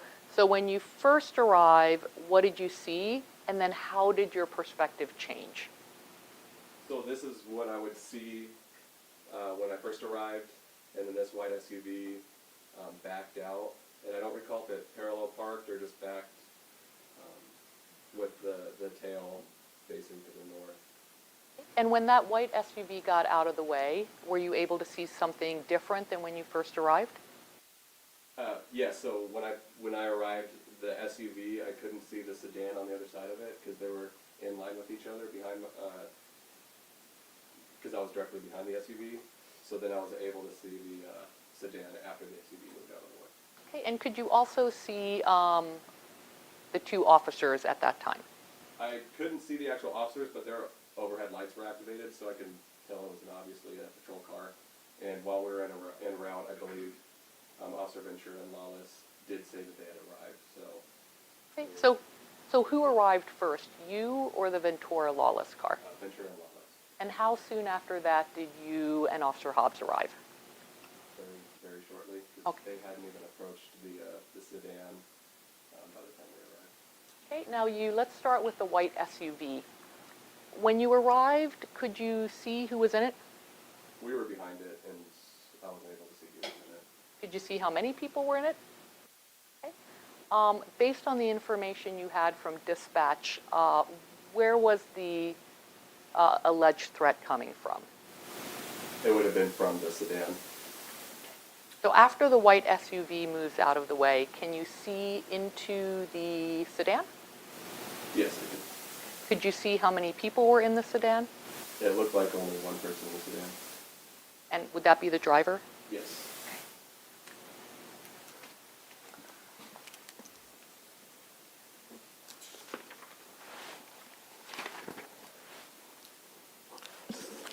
So what did you proceed to do?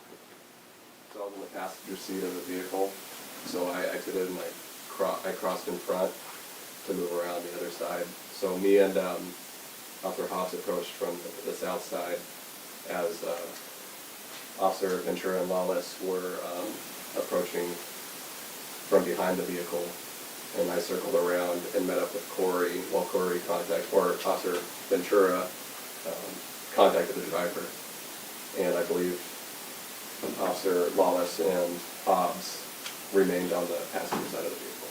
Okay, and based on the information you had at this time, what was your understanding of why you were there? The occupant of the white SUV, who would be the sheriff, Sheriff Troyer at the time, was being threatened by the driver of the small sedan. So with that in mind, how did you approach that sedan? With a heightened level of awareness. Did your firearm leave your holster? Yes, I was holding my firearm in my hand in a low ready or stool position. Can you demonstrate what that means without actually pulling the gun out? This will be a prop, I guess. So it would be facing a downward position, like kind of like that or like that.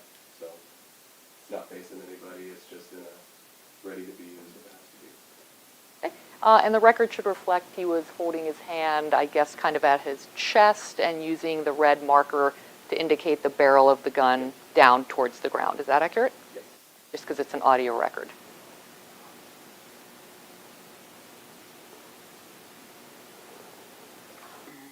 Officer, how common is it for a police officer to remove his or her gun from a holster? Objection, relevance, foundation, sustain. Why did you remove your gun from your holster? Oh, are we doing the diagram? Oh, yes, please sit back down. Sorry, I forgot that meant you standing there. Why did you remove your gun from your holster? Second. Oh, sorry. Witness? You're okay? All right, thank you. Please continue. Sorry, Your Honor. Do I need to repeat the question? Why did I remove my firearm from its holster? Yes. The context of the call, the threats made, it was reasonable for there to be some sort of lethal cover.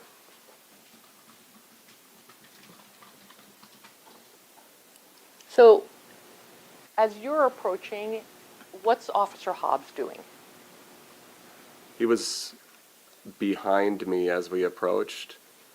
Yeah, I believe he was behind me when we approached, but so my focus was on the car.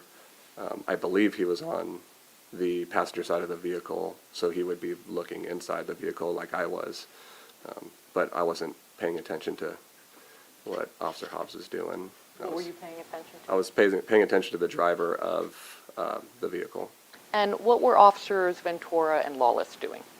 Officer Ventura was contacting the driver of the vehicle, and Officer Lawless was, I believe he was next to Officer Hobbs. And is it fair to say from this drawing that they're coming towards the vehicle this way and you and Officer Hobbs are coming from Yes. the other way? Okay. Yes. And then once everybody's there, what do you do? So Officer Ventura contacted the driver, Mr. Altheimer, and got his was able to persuade him to exit the vehicle, and we walked him away, and he sat down on the bumper of, I believe it was Officer Ventura's patrol car, and I took up a position of cover for Officer Ventura while he interviewed Mr. Altheimer. What is contact and cover? So typically, especially when contacting a potentially violent person or a potential suspect, you'll use one officer will make contact and they'll do the interview or conduct the interview, and the second officer will stand by and be a cover officer, where their primarily role is threat assessment and whatnot. So then the officer who's conducting the interview can focus on the interview while the other officer is focusing on security for themselves and the other officer. Hey, did other officers arrive at the scene other than the ones we just named?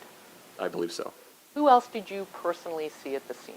I believe there was an officer who arrived while Officer Ventura was still interviewing Mr. Altheimer. I believe it was a deputy, but I can't recall because he was walking by. I think he said something to me, and I was focused on what I was doing and didn't really engage him. Okay, that's understandable. Did you know the names of the TPD people that were there? I believe Officer Grant McCrae and Scott Hendershot arrived at some point while we were there, and I think at the very end, as we were clearing, Officer Steve Miller arrived. Do you know how many deputies you saw? And that's just a yes or no question. I don't know how many. That's fine. And I failed to mention there was also a TPD sergeant and lieutenant who arrived, Lieutenant Stark and Sergeant Storwick.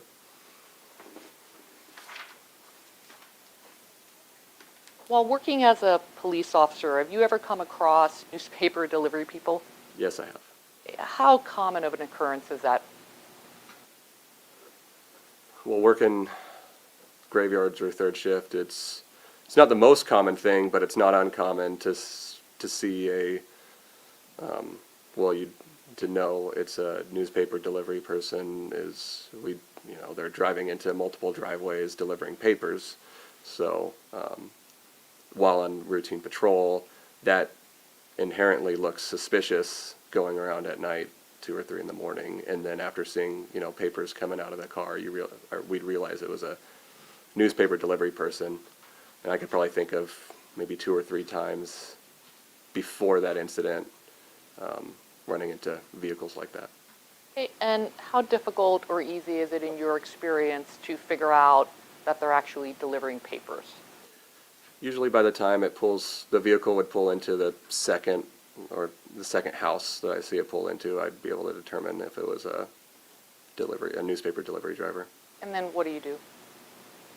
Well, I could choose traffic enforcement if I wanted to, because some of that behavior is not exactly 100% up to traffic code. But usually I make the determination to let the individual continue doing their job and choose not to do any enforcement. Okay, and I believe that's all I have, but let me check with co-counsel. Thank you, Officer Baring. Cross-examination.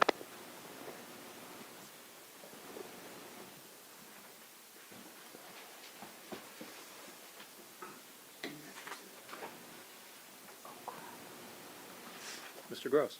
Thank you.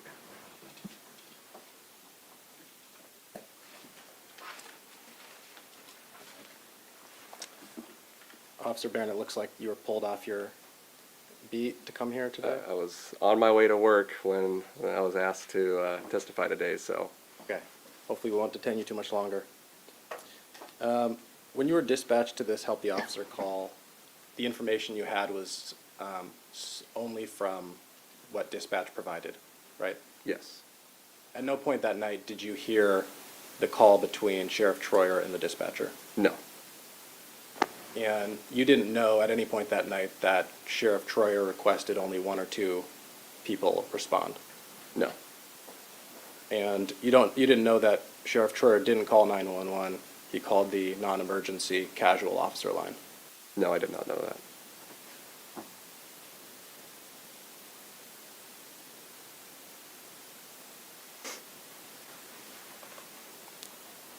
And you didn't know that he told the dispatcher he spoke with that he just wanted a couple of officers to arrive to de-escalate the situation so he could go home? No, I did not know that. So when you arrived, you saw the SUV and the sedan facing each other, correct? Correct. And they were in line with each other? Yes. And they were close together? Fairly close together. I don't know the exact distance. That's fine. And when you drew your gun, You mentioned some of the factors that went into that decision. One of the factors was the priority level of the call. Correct. And you never pointed your gun at Mr. Altimer. I never pointed my gun at anybody. And did you ever see any officer on scene point their gun at anybody? No. When you arrived, Mr. Altimer was very angry Yeah, he was highly agitated. and very loud, Yes, and he was cursing at you and other officers. I believe so. You never spoke with Mr. Altimer, No, I didn't. but you were standing there for much of the time that Officer Ventura was speaking with Mr. Altimer. Correct.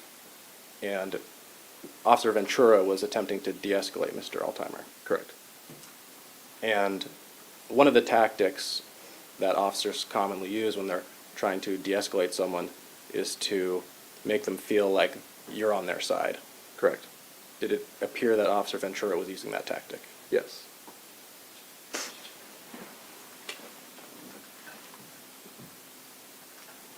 And you never talked to Sheriff Troyer that night? No, I did not. In fact, you've never talked to Sheriff Troyer? Not once in my life. And you didn't hear Sheriff Troyer say anything? No. And you were never close enough to hear him say anything? No. And you were focused on covering for Ventura? Yes. So you weren't really paying attention to who was talking to who outside of that? No. You never saw Officer Lawless or Officer Hobbs speaking with Sheriff Troyer? No, I didn't. And you had your body camera on that night? Yes, I did. You mentioned how many times you've noticed a car you thought was suspicious, began following it, and then determined it was a paper carrier. And you mentioned how many times, 2 or 3, before this incident. Yes. How many times have you been in that situation after this incident?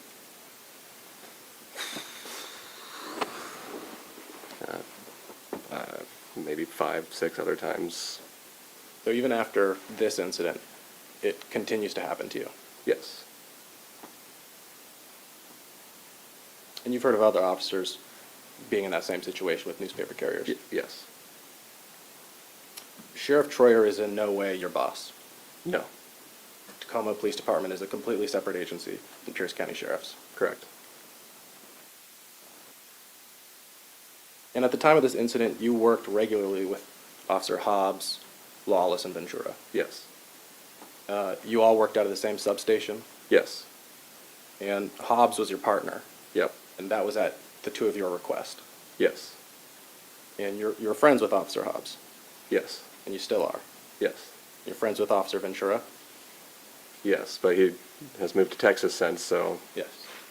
And you're friends with Officer Lawless? yes. And you were at the time? Yes. And you all support each other? Yes. And you're in a group text thread with Officer Hobbs, Officer Lawless, and Officer Ventura, Yes.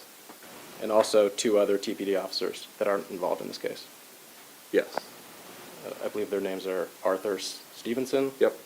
and Travis Bish. Yes. And the defense subpoenaed you for your communications with these officers, right? Yep.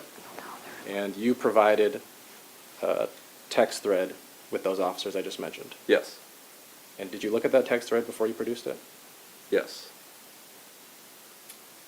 Did you look for texts outside of that specific thread that pertain to this case? I did a search for texts mentioning Sheriff Troyer's name. And have you deleted any texts that have to do with Sheriff Troyer? No, I have not. And through your attorney, you provided those texts to us. Yes. And is in that text thread, after it came out that the Pierce County Council was calling for an investigation of this incident, did you write in that text thread, Troyer v. Lawless round 2 fight? I believe so. Is that a yes? Yes. And did you also call Sheriff Troyer a freaking douchebag? Yes. You don't know Sheriff Troyer? I don't know Sheriff Troyer. Never talked to him? Never talked to him. But clearly he's not your friend. Well, I wouldn't say I don't know him. Well, besides he's the sheriff. Okay, no further questions. Okay.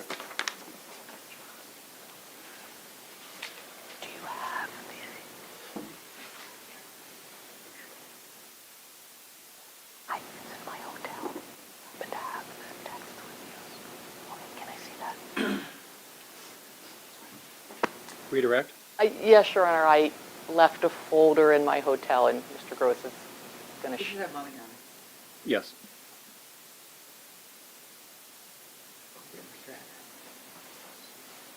Okay, thanks. Go ahead. Do you have nothing further?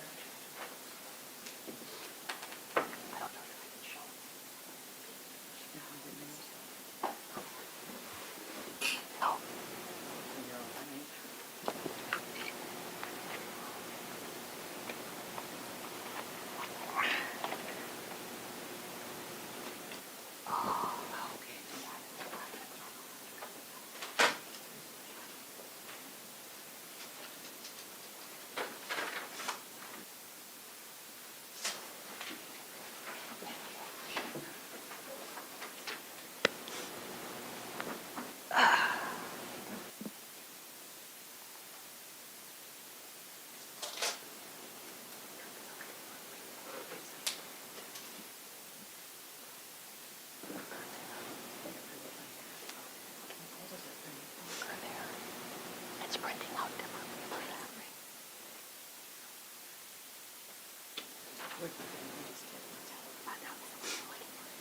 Why don't we have that? Sorry about that, Officer Barron. Officer Barron, at the time of this event on January 27th, 2021, did you have any ill feelings towards the sheriff? No. Did that change at some point? Well, there's a level of frustration of getting involved in a situation like this, knowing it would, well, with the high profile,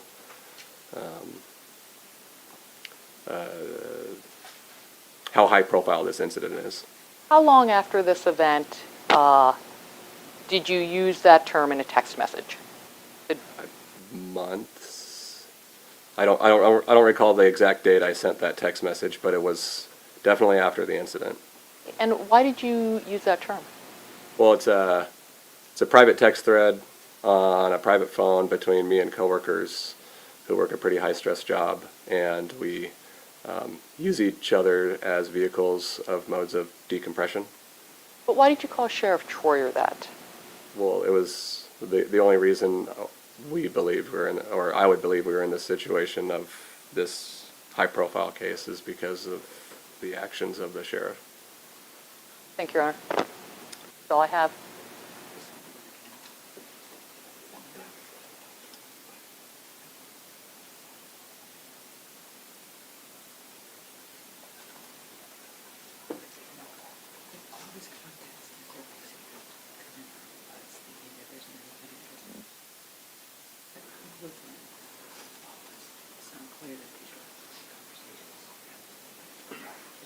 These are all conversations where they're going back and forth. How many there are? Oh, my God.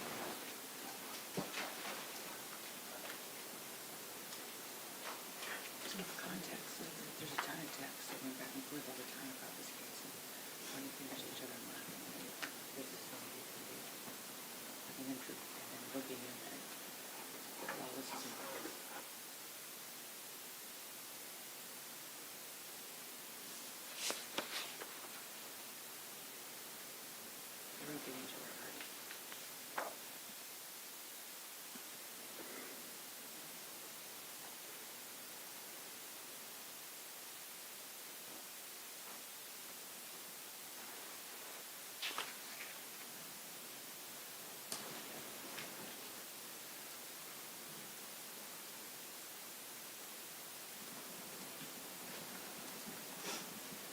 Maybe explain what it is.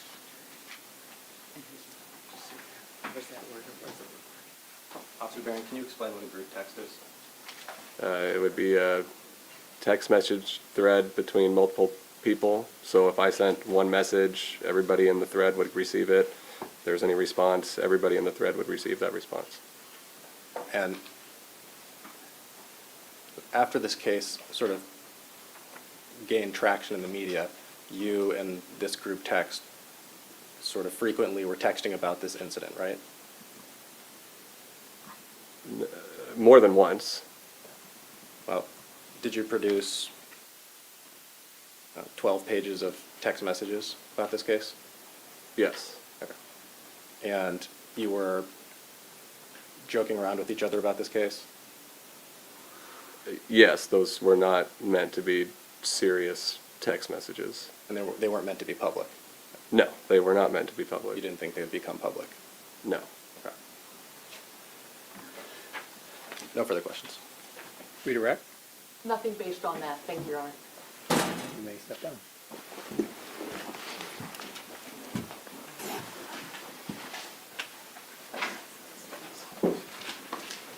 Your Honor, state excuses Officer Barron. Defense? Is the witness excused, or do you intend to recall? Yeah, we'd like to potentially make him subject to recall. All right, so, given that information, do not discuss this case with anyone other than the attorneys until the case is over. Yes, And Your you are subject to recall by the parties. Yes, Your Honor. All right, thank you. Thank you, Your Honor. Thank you.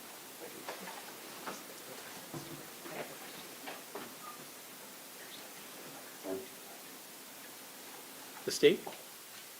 Your Honor, it's 3:30 now. I will let the court know we have a short motion, but we misjudged and made that our last witness today. My apologies.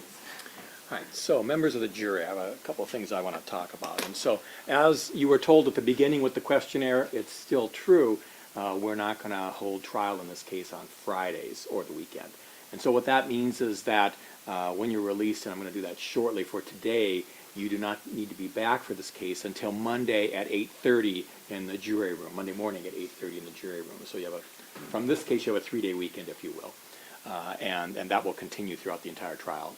And so with that, I do need to read an instruction. You've heard it before, but because you're going to be released for such a long period of time, I do feel an obligation to read it out loud to you again. So, during this recess and every other recess, do not discuss this case among yourselves or with anyone else, including your family and friends. This applies to your internet and electronic discussions as well. You may not talk about the case via text messages, email, telephone, internet chat, blogs, or social networking websites. Do not even mention your jury duty in your communications on social media such as Facebook or Twitter. If anybody asks you about the case or about the people or the issues involved in the case, you are to explain that you are not allowed to discuss it. And again, you can blame me.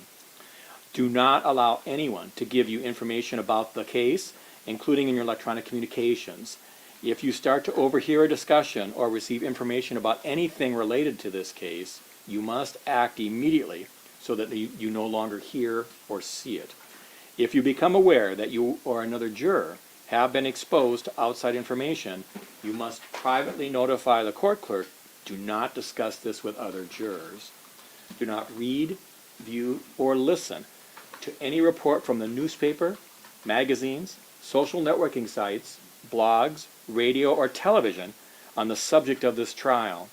Do not conduct any internet research or consult any outside sources about this case, the people involved in this case, or its general subject matter. You must keep your mind open and free of outside information. Only in this way will you be able to decide the case fairly based solely on the evidence and my instructions of the law. And I do want to conclude by saying thank you for coming in this morning. It was difficult to know as it was snowing coming in what would happen. I'm very appreciative that you all made it safely. And so with that, we'll see you back here in the jury room at 8:30 Monday morning. You are excused at this time.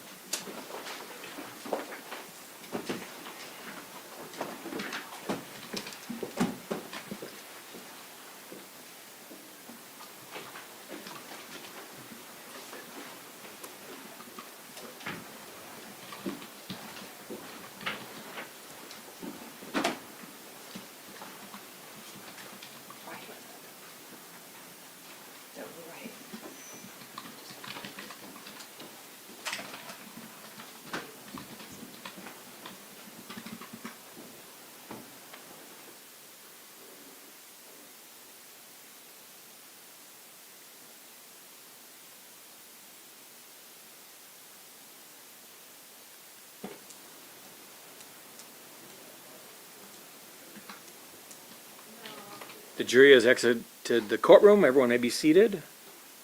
To the state. Thank you, Your Honor. Starting to lose track of time, but at some point, it might have been yesterday or something, the defense had started indicating that they might call Sheriff Troyer's wife regarding an incident with Mr. Altheimer and the newspaper. And we have been trying to figure out what incident that was, and I think we got that today. We took that to be, we will tell you that Mr. Altheimer will testify that as he finished his paper route that night, that he threw a newspaper into Sheriff Troyer's driveway and yelled something to the effect of, "Here's your paper." And that's what I thought they were potentially going to call Mrs. Troyer for, that if he denied that somehow, that she would testify that he did in fact do that. But what I heard today was that they're talking about an incident prior to January 27th. Is that correct? Am I to address the court on this? We'd said this before. Yes, my recollection was that that's what you said before, that there was something Yes, in the backyard that would occurred before this incident occurred. That's right, yeah. That was the offer of proof, I believe you said. Exactly, thank you. And you're on the state's position, and again, it was unclear to me, but I know that you were trying to make it clear. The state's position is that anything that happened prior to this would be bad character evidence or potentially a prior bad act and isn't relevant to this. It's clear from all the testimony, or it will be clear, that Sheriff Troyer did not know Mr. Altheimer, did not, he has said that, did not have any prior knowledge of him. So I don't see how this prior alleged event could be relevant to this case. So my motion, of course, is to exclude it. Defense. Yes, Your Honor, as we'd indicated before, there was the incident before and after. We addressed the court on that with respect to her attendance in court potentially. And the reason really it would come in from before is that he knew who the sheriff was. He knew where he lived. Sheriff doesn't subscribe to any newspaper that's physically delivered to his doorstep, driveway, or behind his house. And please sit down, that'd be great. Oh, I'm Thank sorry. you. It's a habit. I'm not trying to distract you. Thanks. I'm sorry. And so that's primarily what we're directing this at, because I think what we're going to hear from the state is, there's a sheriff, let alone a police officer or whatever. We've heard some things on the video so far that would indicate otherwise with respect to his knowledge of who this was that he was confronting.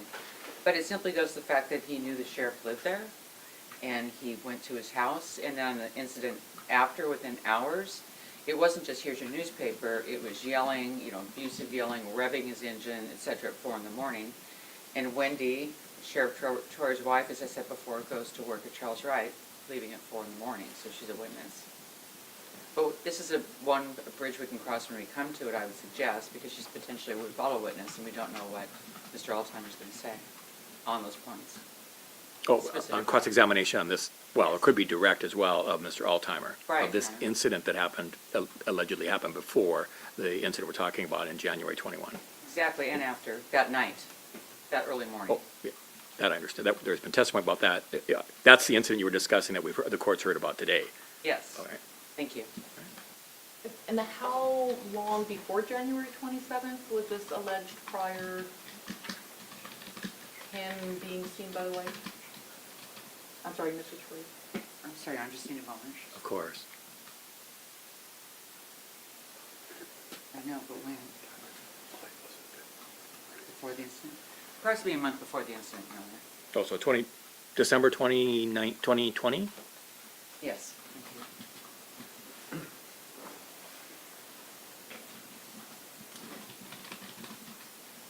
And do I understand the offer of proof that that this witness would indicate that this incident that you've described occurred and that she, at least then or now, recognizes that that person that she saw was Mr. Altheimer? Right, because she saw his picture in the paper.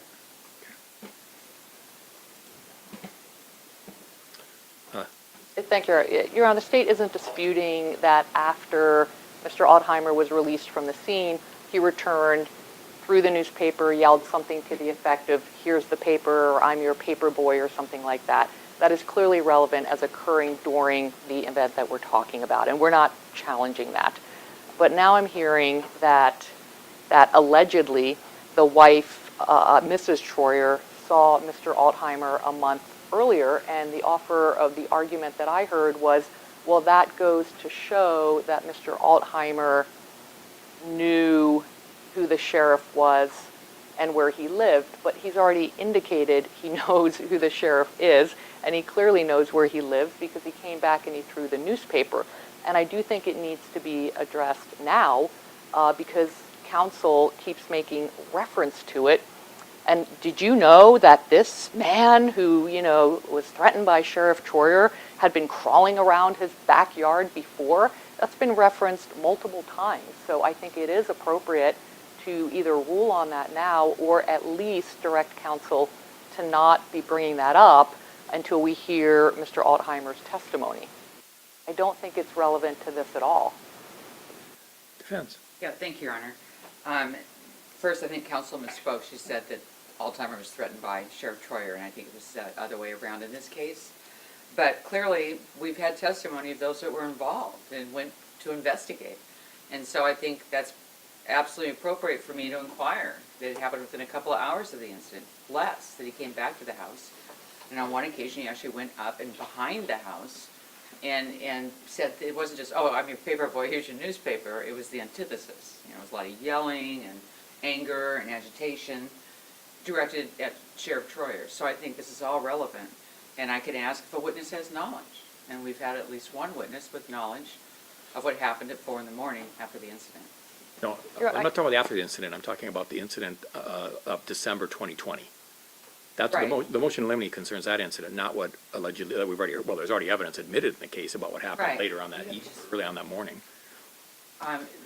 So I'm not even understanding what the objection is. Is it that it's not relevant? Is it that it's not, that no other witnesses can't be asked about it? I'm not really sure. Is this a late motion in limine? Because my position is, on behalf of Sheriff Troyer, this individual knew who he was, went aggressively to his house. Sheriff didn't take the paper, yet he was at his house within weeks. So for the prior incident, why was he behind Sheriff Troyer's house, way in the back of his house? And I can give a picture of the sheriff's house on my offer of proof to show you. It actually sits up a hill. There was at least construction materials. You couldn't really park in there. He goes up to the house and then around a side part of the house that was expanded for one of the children that he fostered and adopted that had a wheelchair, went all the way to the back of the house, which could be deemed a trespass. Why would he do that before this incident? I think that's important for the jury to know. They're trying to put this out here like, oh, he's just a paper boy, he's just working, and this horrible sheriff, was racially profiling, which they initially alleged but don't now, apparently, and saying there was no contact before, there was no reason for any animus. Well, obviously, there was something that happened before. We don't know why or what was in his mind, but I think it's relevant. He knew the sheriff, he knew who he was, he knew where he lived, and he said in that video, he knew this was the sheriff. From the defense perspective, during cross-examination, if those items if Mr. Altheimer admits what you've just discussed, Right. then would there be a reason for the witness you're talking about to testify? Uh, And I'm asking because it's looking more like an impeachment-type witness Yes. based on the questions of Mr. Altheimer as opposed to substantive evidence, and that, I need to make a, and it could be both, don't get me, I'm not gonna cut Right. anybody off on that, but the response makes a difference as to what the purpose of the testimony is. Impeachment, as you know, is much different than substantive evidence. Right. It really would be offered for both, Your Honor. Okay. And we're happy to provide additional authority because for the court's consideration, we've got 3 days, so we're happy to do that. Yeah, I think that's what the court's gonna order. So if the Right. defense, well, not if, the defense wants to, and that they want to present this to the court to make a decision on this, I would ask that a written offer of proof is indicated and then what the relevance is of this. But I don't want to limit that because impeachment is, I don't want to limit your use of the evidence rules as to what you think this is important, but I'm trying to understand what element does this go to? If it's impeachment, it goes to credibility. That could be an argument as well. And so I really want to have in writing, what are the arguments as to why this should be admissible? Because that would greatly help the court in answering the question as to whether the court should allow this at all. Happy to, Your Honor. Do you have any deadline for that, or? Well, Maybe I shouldn't ask, but.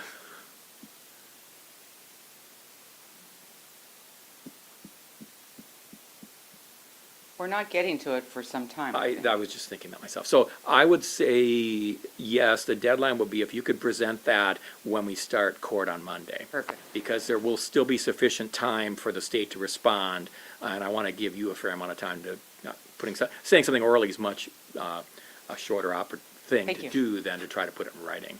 And so it's really two things. It's really offer proof for exactly what you anticipate would be said from the witness, but then what, under the evidence rules, where does this go? Sure. And I'm not going to limit to relevance or to impeachment. I'll let you be creative as to what you want to present Okay. to the court. Appreciate it, Your Honor. We'll do that. And, Your Honor, I think the court is clear where the state's coming from, but I just want to make sure that the defense is clear. Him returning that night to throwing the newspaper, we agree that that is admissible. And if he testifies, I came and I threw the newspaper and I never left my car or whatever, and then you have a witness to come up, in this case, Mrs. Troyer, to say, oh no, it was, I was leaving to go to Charles Wright or whatever, and he didn't just stand at the curb, he came behind the house or whatever. The state doesn't believe that's what happened, but the state understands that that is admissible. The state's motion is limited to what happened in December, and the only offer I've heard so far is, well, he was in the backyard, so he must know who the sheriff is. But we already know that he knew who the sheriff was. So the state's motion is specific to that prior incident, which can only be used to try to Mr. Altheimer as some, scary stalking person who's running around the neighborhood, which Sheriff Troyer had never even had contact with before. And Mr. Altheimer's not on trial here. I don't believe that's what happened. I've never heard that until here in court. But Sheriff Troyer isn't being prosecuted for following this vehicle and being suspicious. He's being prosecuted for what the state believes was lying to 911. And Mr. Altheimer is not on trial here, and anything that happened a month prior is not relevant to the question here about whether or not Sheriff Troyer lied to the dispatcher. And the benefit of that discussion is the defense will get a chance to put in writing what their perspective is on this, and the state will get a chance to respond. Because right now, I'm not sure I completely entirely agree with what the state just said there, but I'm not making a ruling right now.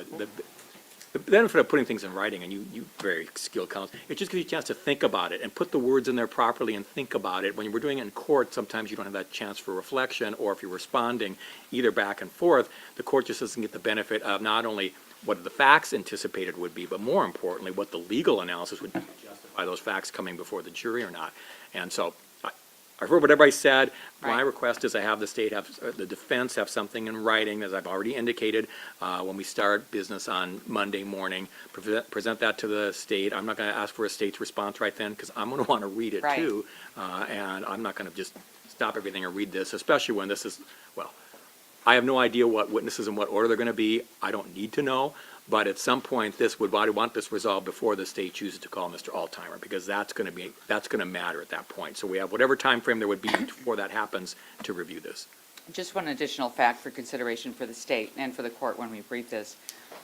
Sheriff Troyer's marked patrol car was out front in the driveway the night of the first incident. In December of 2020? Yes. Okay. Sorry about the back and forth, Your Honor. I would just ask, until the state has an opportunity to respond with briefing, that this not be alleged as a fact through other witnesses. Did you know that this has happened a few times now?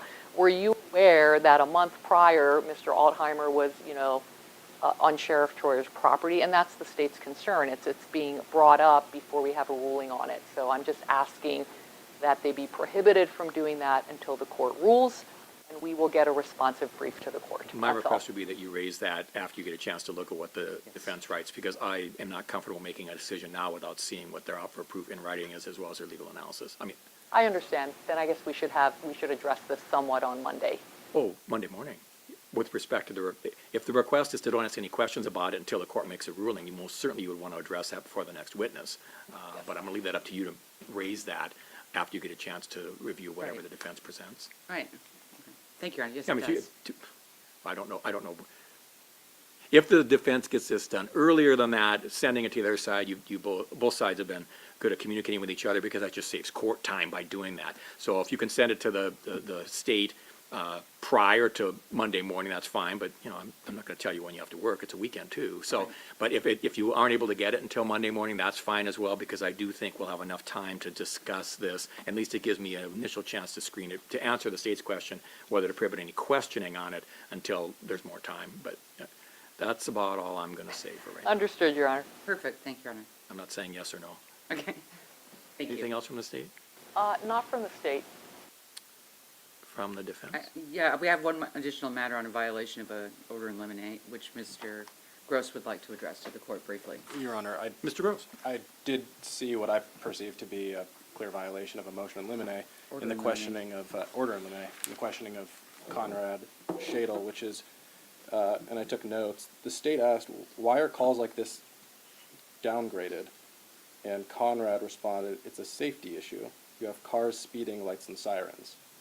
And that is exactly the type of testimony which we moved to prohibit the state from eliciting. This is what could have happened, or why is this dangerous type of testimony. And I'll note that an objection was made at the time. Do you have the specific motion in limine you're discussing? It was an oral, It was it was an oral motion in Was there an limine. order on it? You recall we discussed it after trial began. All right. I can give a little more of the. Please, I think that would be helpful. So the concern was that the state would be asking witnesses to speculate or provide evidence that invites the jury to speculate about how dangerous of a thing swatting is, and how sending cars, lights, and sirens to a scene is dangerous for pedestrians, and how having officers show up to a scene that thinking there's an emergency when there's not is dangerous for the person that's a subject. State. Your Honor, state disagrees. There was questioning and questioning. My understanding of the court's ruling was we don't want to be like, oh my God, these people, Mr. Aldheimer could have been shot. But they went on and on about the call being downgraded. And I think I'm entitled to ask, well, why are calls downgraded? And I did caution the witness to just keep it as a general, it's to slow the cars down. And that's all we did. And I think we're entitled to do that. Defense? I guess I disagree. The fact that we are highlighting the fact that the call was downgraded, I don't think that opens the door to the state asking questions about why is it dangerous to not downgrade calls. And we set a sort of a line in the sand about testifying that calls were downgraded based on investigation, but however, talking to the jury about the reasons that calls are downgraded and how it's dangerous to not do that was prohibited. That was the court's order. That is not the court's recollection of the motion in limine defense made. Certainly the defense, and the court agreed with the defense with respect to that there were firearms that may have been drawn, that the safety and somebody could have been shot or killed, et cetera, and the defense talked quite a bit about this, that why should the jury hear about that because it didn't happen, and I agree with that analysis, and that's why I granted the motion in limine.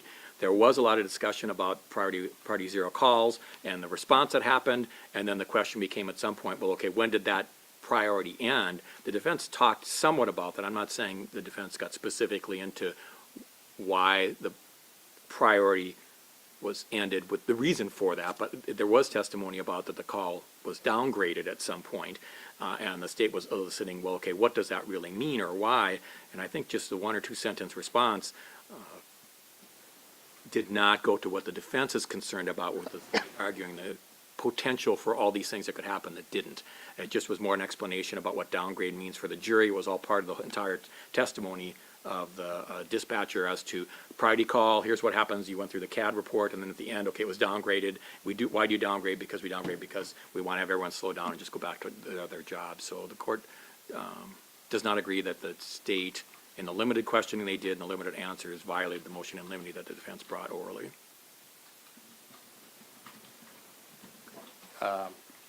Understand and accept the court's ruling on this.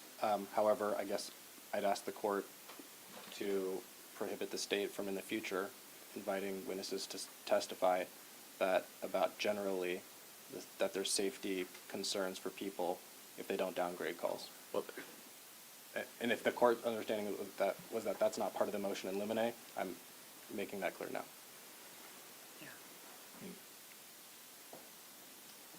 You mean ask, are there other dispatchers the state intends on calling its case in chief? Yes, yes, 2.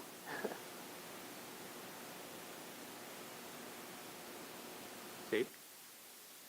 Again, I know we're all trying to figure out where the line is, but the objection was overruled, and until I hear what's coming, again, we're not trying to paint that picture of cars crashing into each other, but when they bring up these questions about the priority level and the downgrade, we have to have a way to address that. It can't just be floating out there. But you did. I mean, there is evidence in the case about why calls are downgraded. Yes, and we've done that. I'm going to, go ahead. It's not my intent to ask the other dispatchers that same question, if that's the concern. I was responding to what was going on. I'm going to treat what the defense has said as an amended motion in limine to prohibit future questionings that may elicit answers concerning why dispatch calls are downgraded. The evidence is before the jury. They've heard it one time. The defense amended motion is going to be granted. It's there. Anybody can argue it for whatever it's worth, but it doesn't need to be repeated. It's been heard. And I did not understand the motion limine before to potentially include what we're talking about. That could be my misunderstanding. It's a difficulty with an oral motion of ruling versus one in writing, but as we talked about long ago, things come from trial. It's difficult to put everything in writing. So at this point, the state has the evidence. I understand the defense concern that this could be unfairly highlighting the parade of horribles that could be perceived by the jury by not downgrading, and that was the concern the court had with respect to why all these people could have been hurt, killed. This is really more at the scene, not the downgrade of the call, however. But in the interest of fairness and caution, since it's already been admitted one time, it's really duplicative to have the other witnesses say the same thing. Under ER 403, it's not really adding anything to the case. It's not probative at this point because the jury's already heard it, so why repeat it? Why should witnesses repeat it? I'm not saying the state or defense can't argue that testimony that's been admitted before the jury in closing. That's a different topic. But yeah, so the amended motion is granted, but the testimony, the state did not violate the motion in limine for eliciting that testimony. Your Honor, I think this is okay, but I want to be sure to be able to ask Officer Lawless, what did you do? I downgraded the call. Why did you do that? The scene was safe, so I downgraded the call. We had control of the scene, so I downgraded the call. I don't even have to ask that question. I just want to know what to tell the witness. Yeah, I was thinking more from a dispatch testimony perspective, not from the individuals, not for the officers on the scene. State or defense? Yeah, no, I would ask that this amended motion limine ruling apply to all witnesses. Okay, so Officer, I apologize, you were talking. No, you were talking, I apologize. I don't have much more to say, but the motion is for all witnesses, not just dispatchers, that they not be able to testify about why calls are downgraded, that it has to do with safety and cars rushing to the scene and putting people in danger. Oh, but that's not what the state just said. They're just saying it was downgraded because the scene itself had been. Is under control? Yes, I No objection to that. Yeah. Yes, I understand the motion, and we just want to be able to ask Lawless, did you downgrade the call? Yes. Why did you do that? The scene was secure, so I downgraded the call. No objection. Okay, so this really does apply more to the dispatchers from their perspective as to why calls will be downgraded as opposed to the officers at the scene, because that makes logical sense that, defense didn't object to the prior ones, but I downgraded the call. In fact, the defense asked about that. Why'd you do that? The scene secure that's for the persons that were present at the scene, that testimony should be permitted, because that's not, I downgraded the call because I was concerned about vehicles coming to the area, et cetera. Right. So it sounds like the defense is all right with that, but I'm not. If you are, that's fine, but if you're not, I'm going to allow the testimony. If the answer is going to be, the officers at the scene downgraded the call because the scene was secure or under control. There's no danger, no argument about that the defense was concerned about in the initial motion to limit. Correct. Yes.